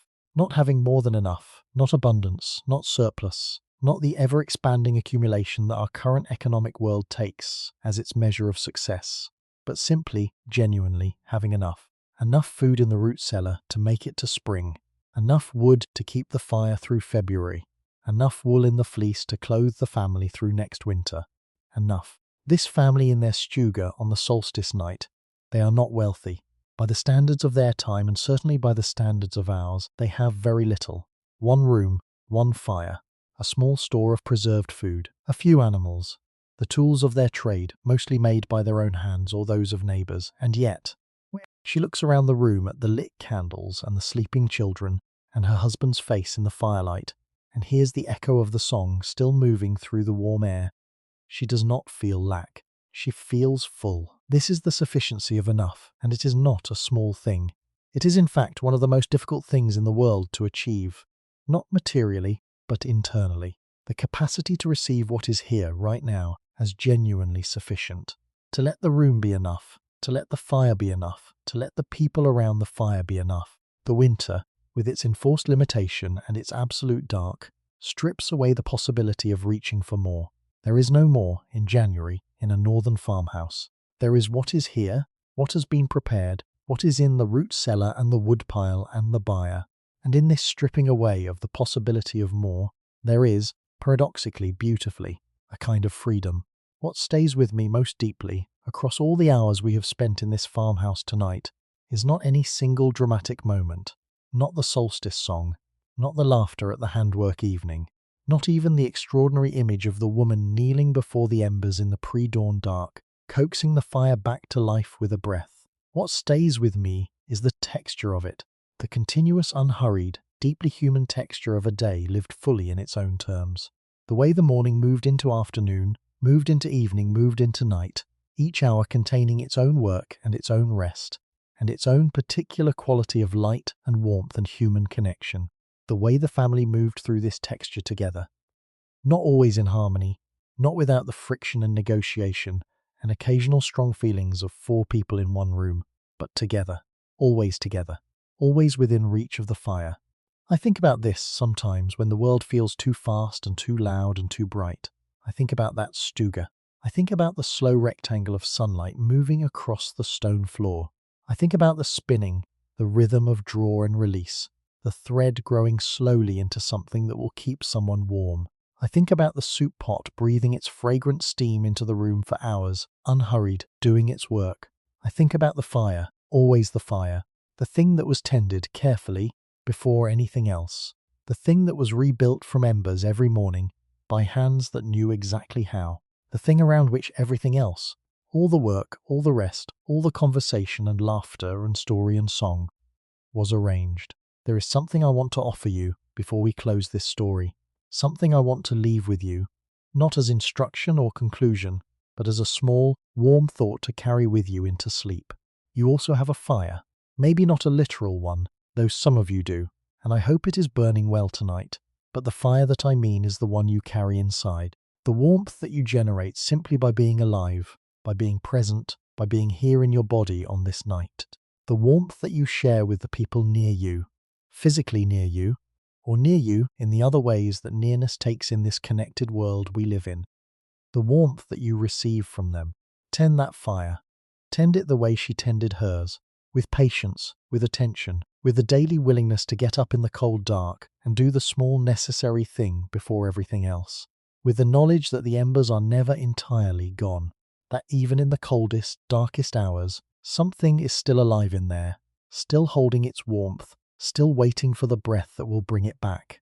Bank it when you need to rest. Trust it to survive the night, and in the morning, rebuild it. The winter knows this. The woman in her stuga knew this, and somewhere in you, I believe, you know it too. Let that old world drift gently by while you rest. You're warm and safe and completely held. Nothing needs your attention now but this deep, quiet, healing rest. Let the fire burn low and warm. Let the night do what nights are for. The night has come fully now. Outside the farmhouse walls, the darkness is complete and cold and vast and beautiful. The kind of darkness that only exists in places far from artificial light, a darkness thick with stars, the winter constellations standing in their ancient positions above the silent white fields. Orion, the hunter, crossing the southern sky. The Pleiades, that small tight cluster of light. The great arm of the Milky Way, visible as a river of faint illumination across the black. The snow reflects all of this. Every star, every planet, in a faint blue-white shimmer that makes the landscape seem lit from within, as if the earth itself is holding light in its frozen surface and releasing it slowly, steadily into the night. The farmhouse is dark from outside, or nearly dark. One small window shows the faintest orange pulse of the banked fire, almost invisible unless you know to look for it. A tiny coal of warmth inside all that cold and dark. A traveller, making their way through the snow past this farm at this hour, would see that faint light and know people are in there, warm and sleeping and safe. Inside, the house has reached the particular stillness of a house deeply asleep. The solstice candle has burned down to a stub on the table and will gutter out in the next hour, its small pool of light, the last active illumination in the room. The fire in the hearth has been banked for the night.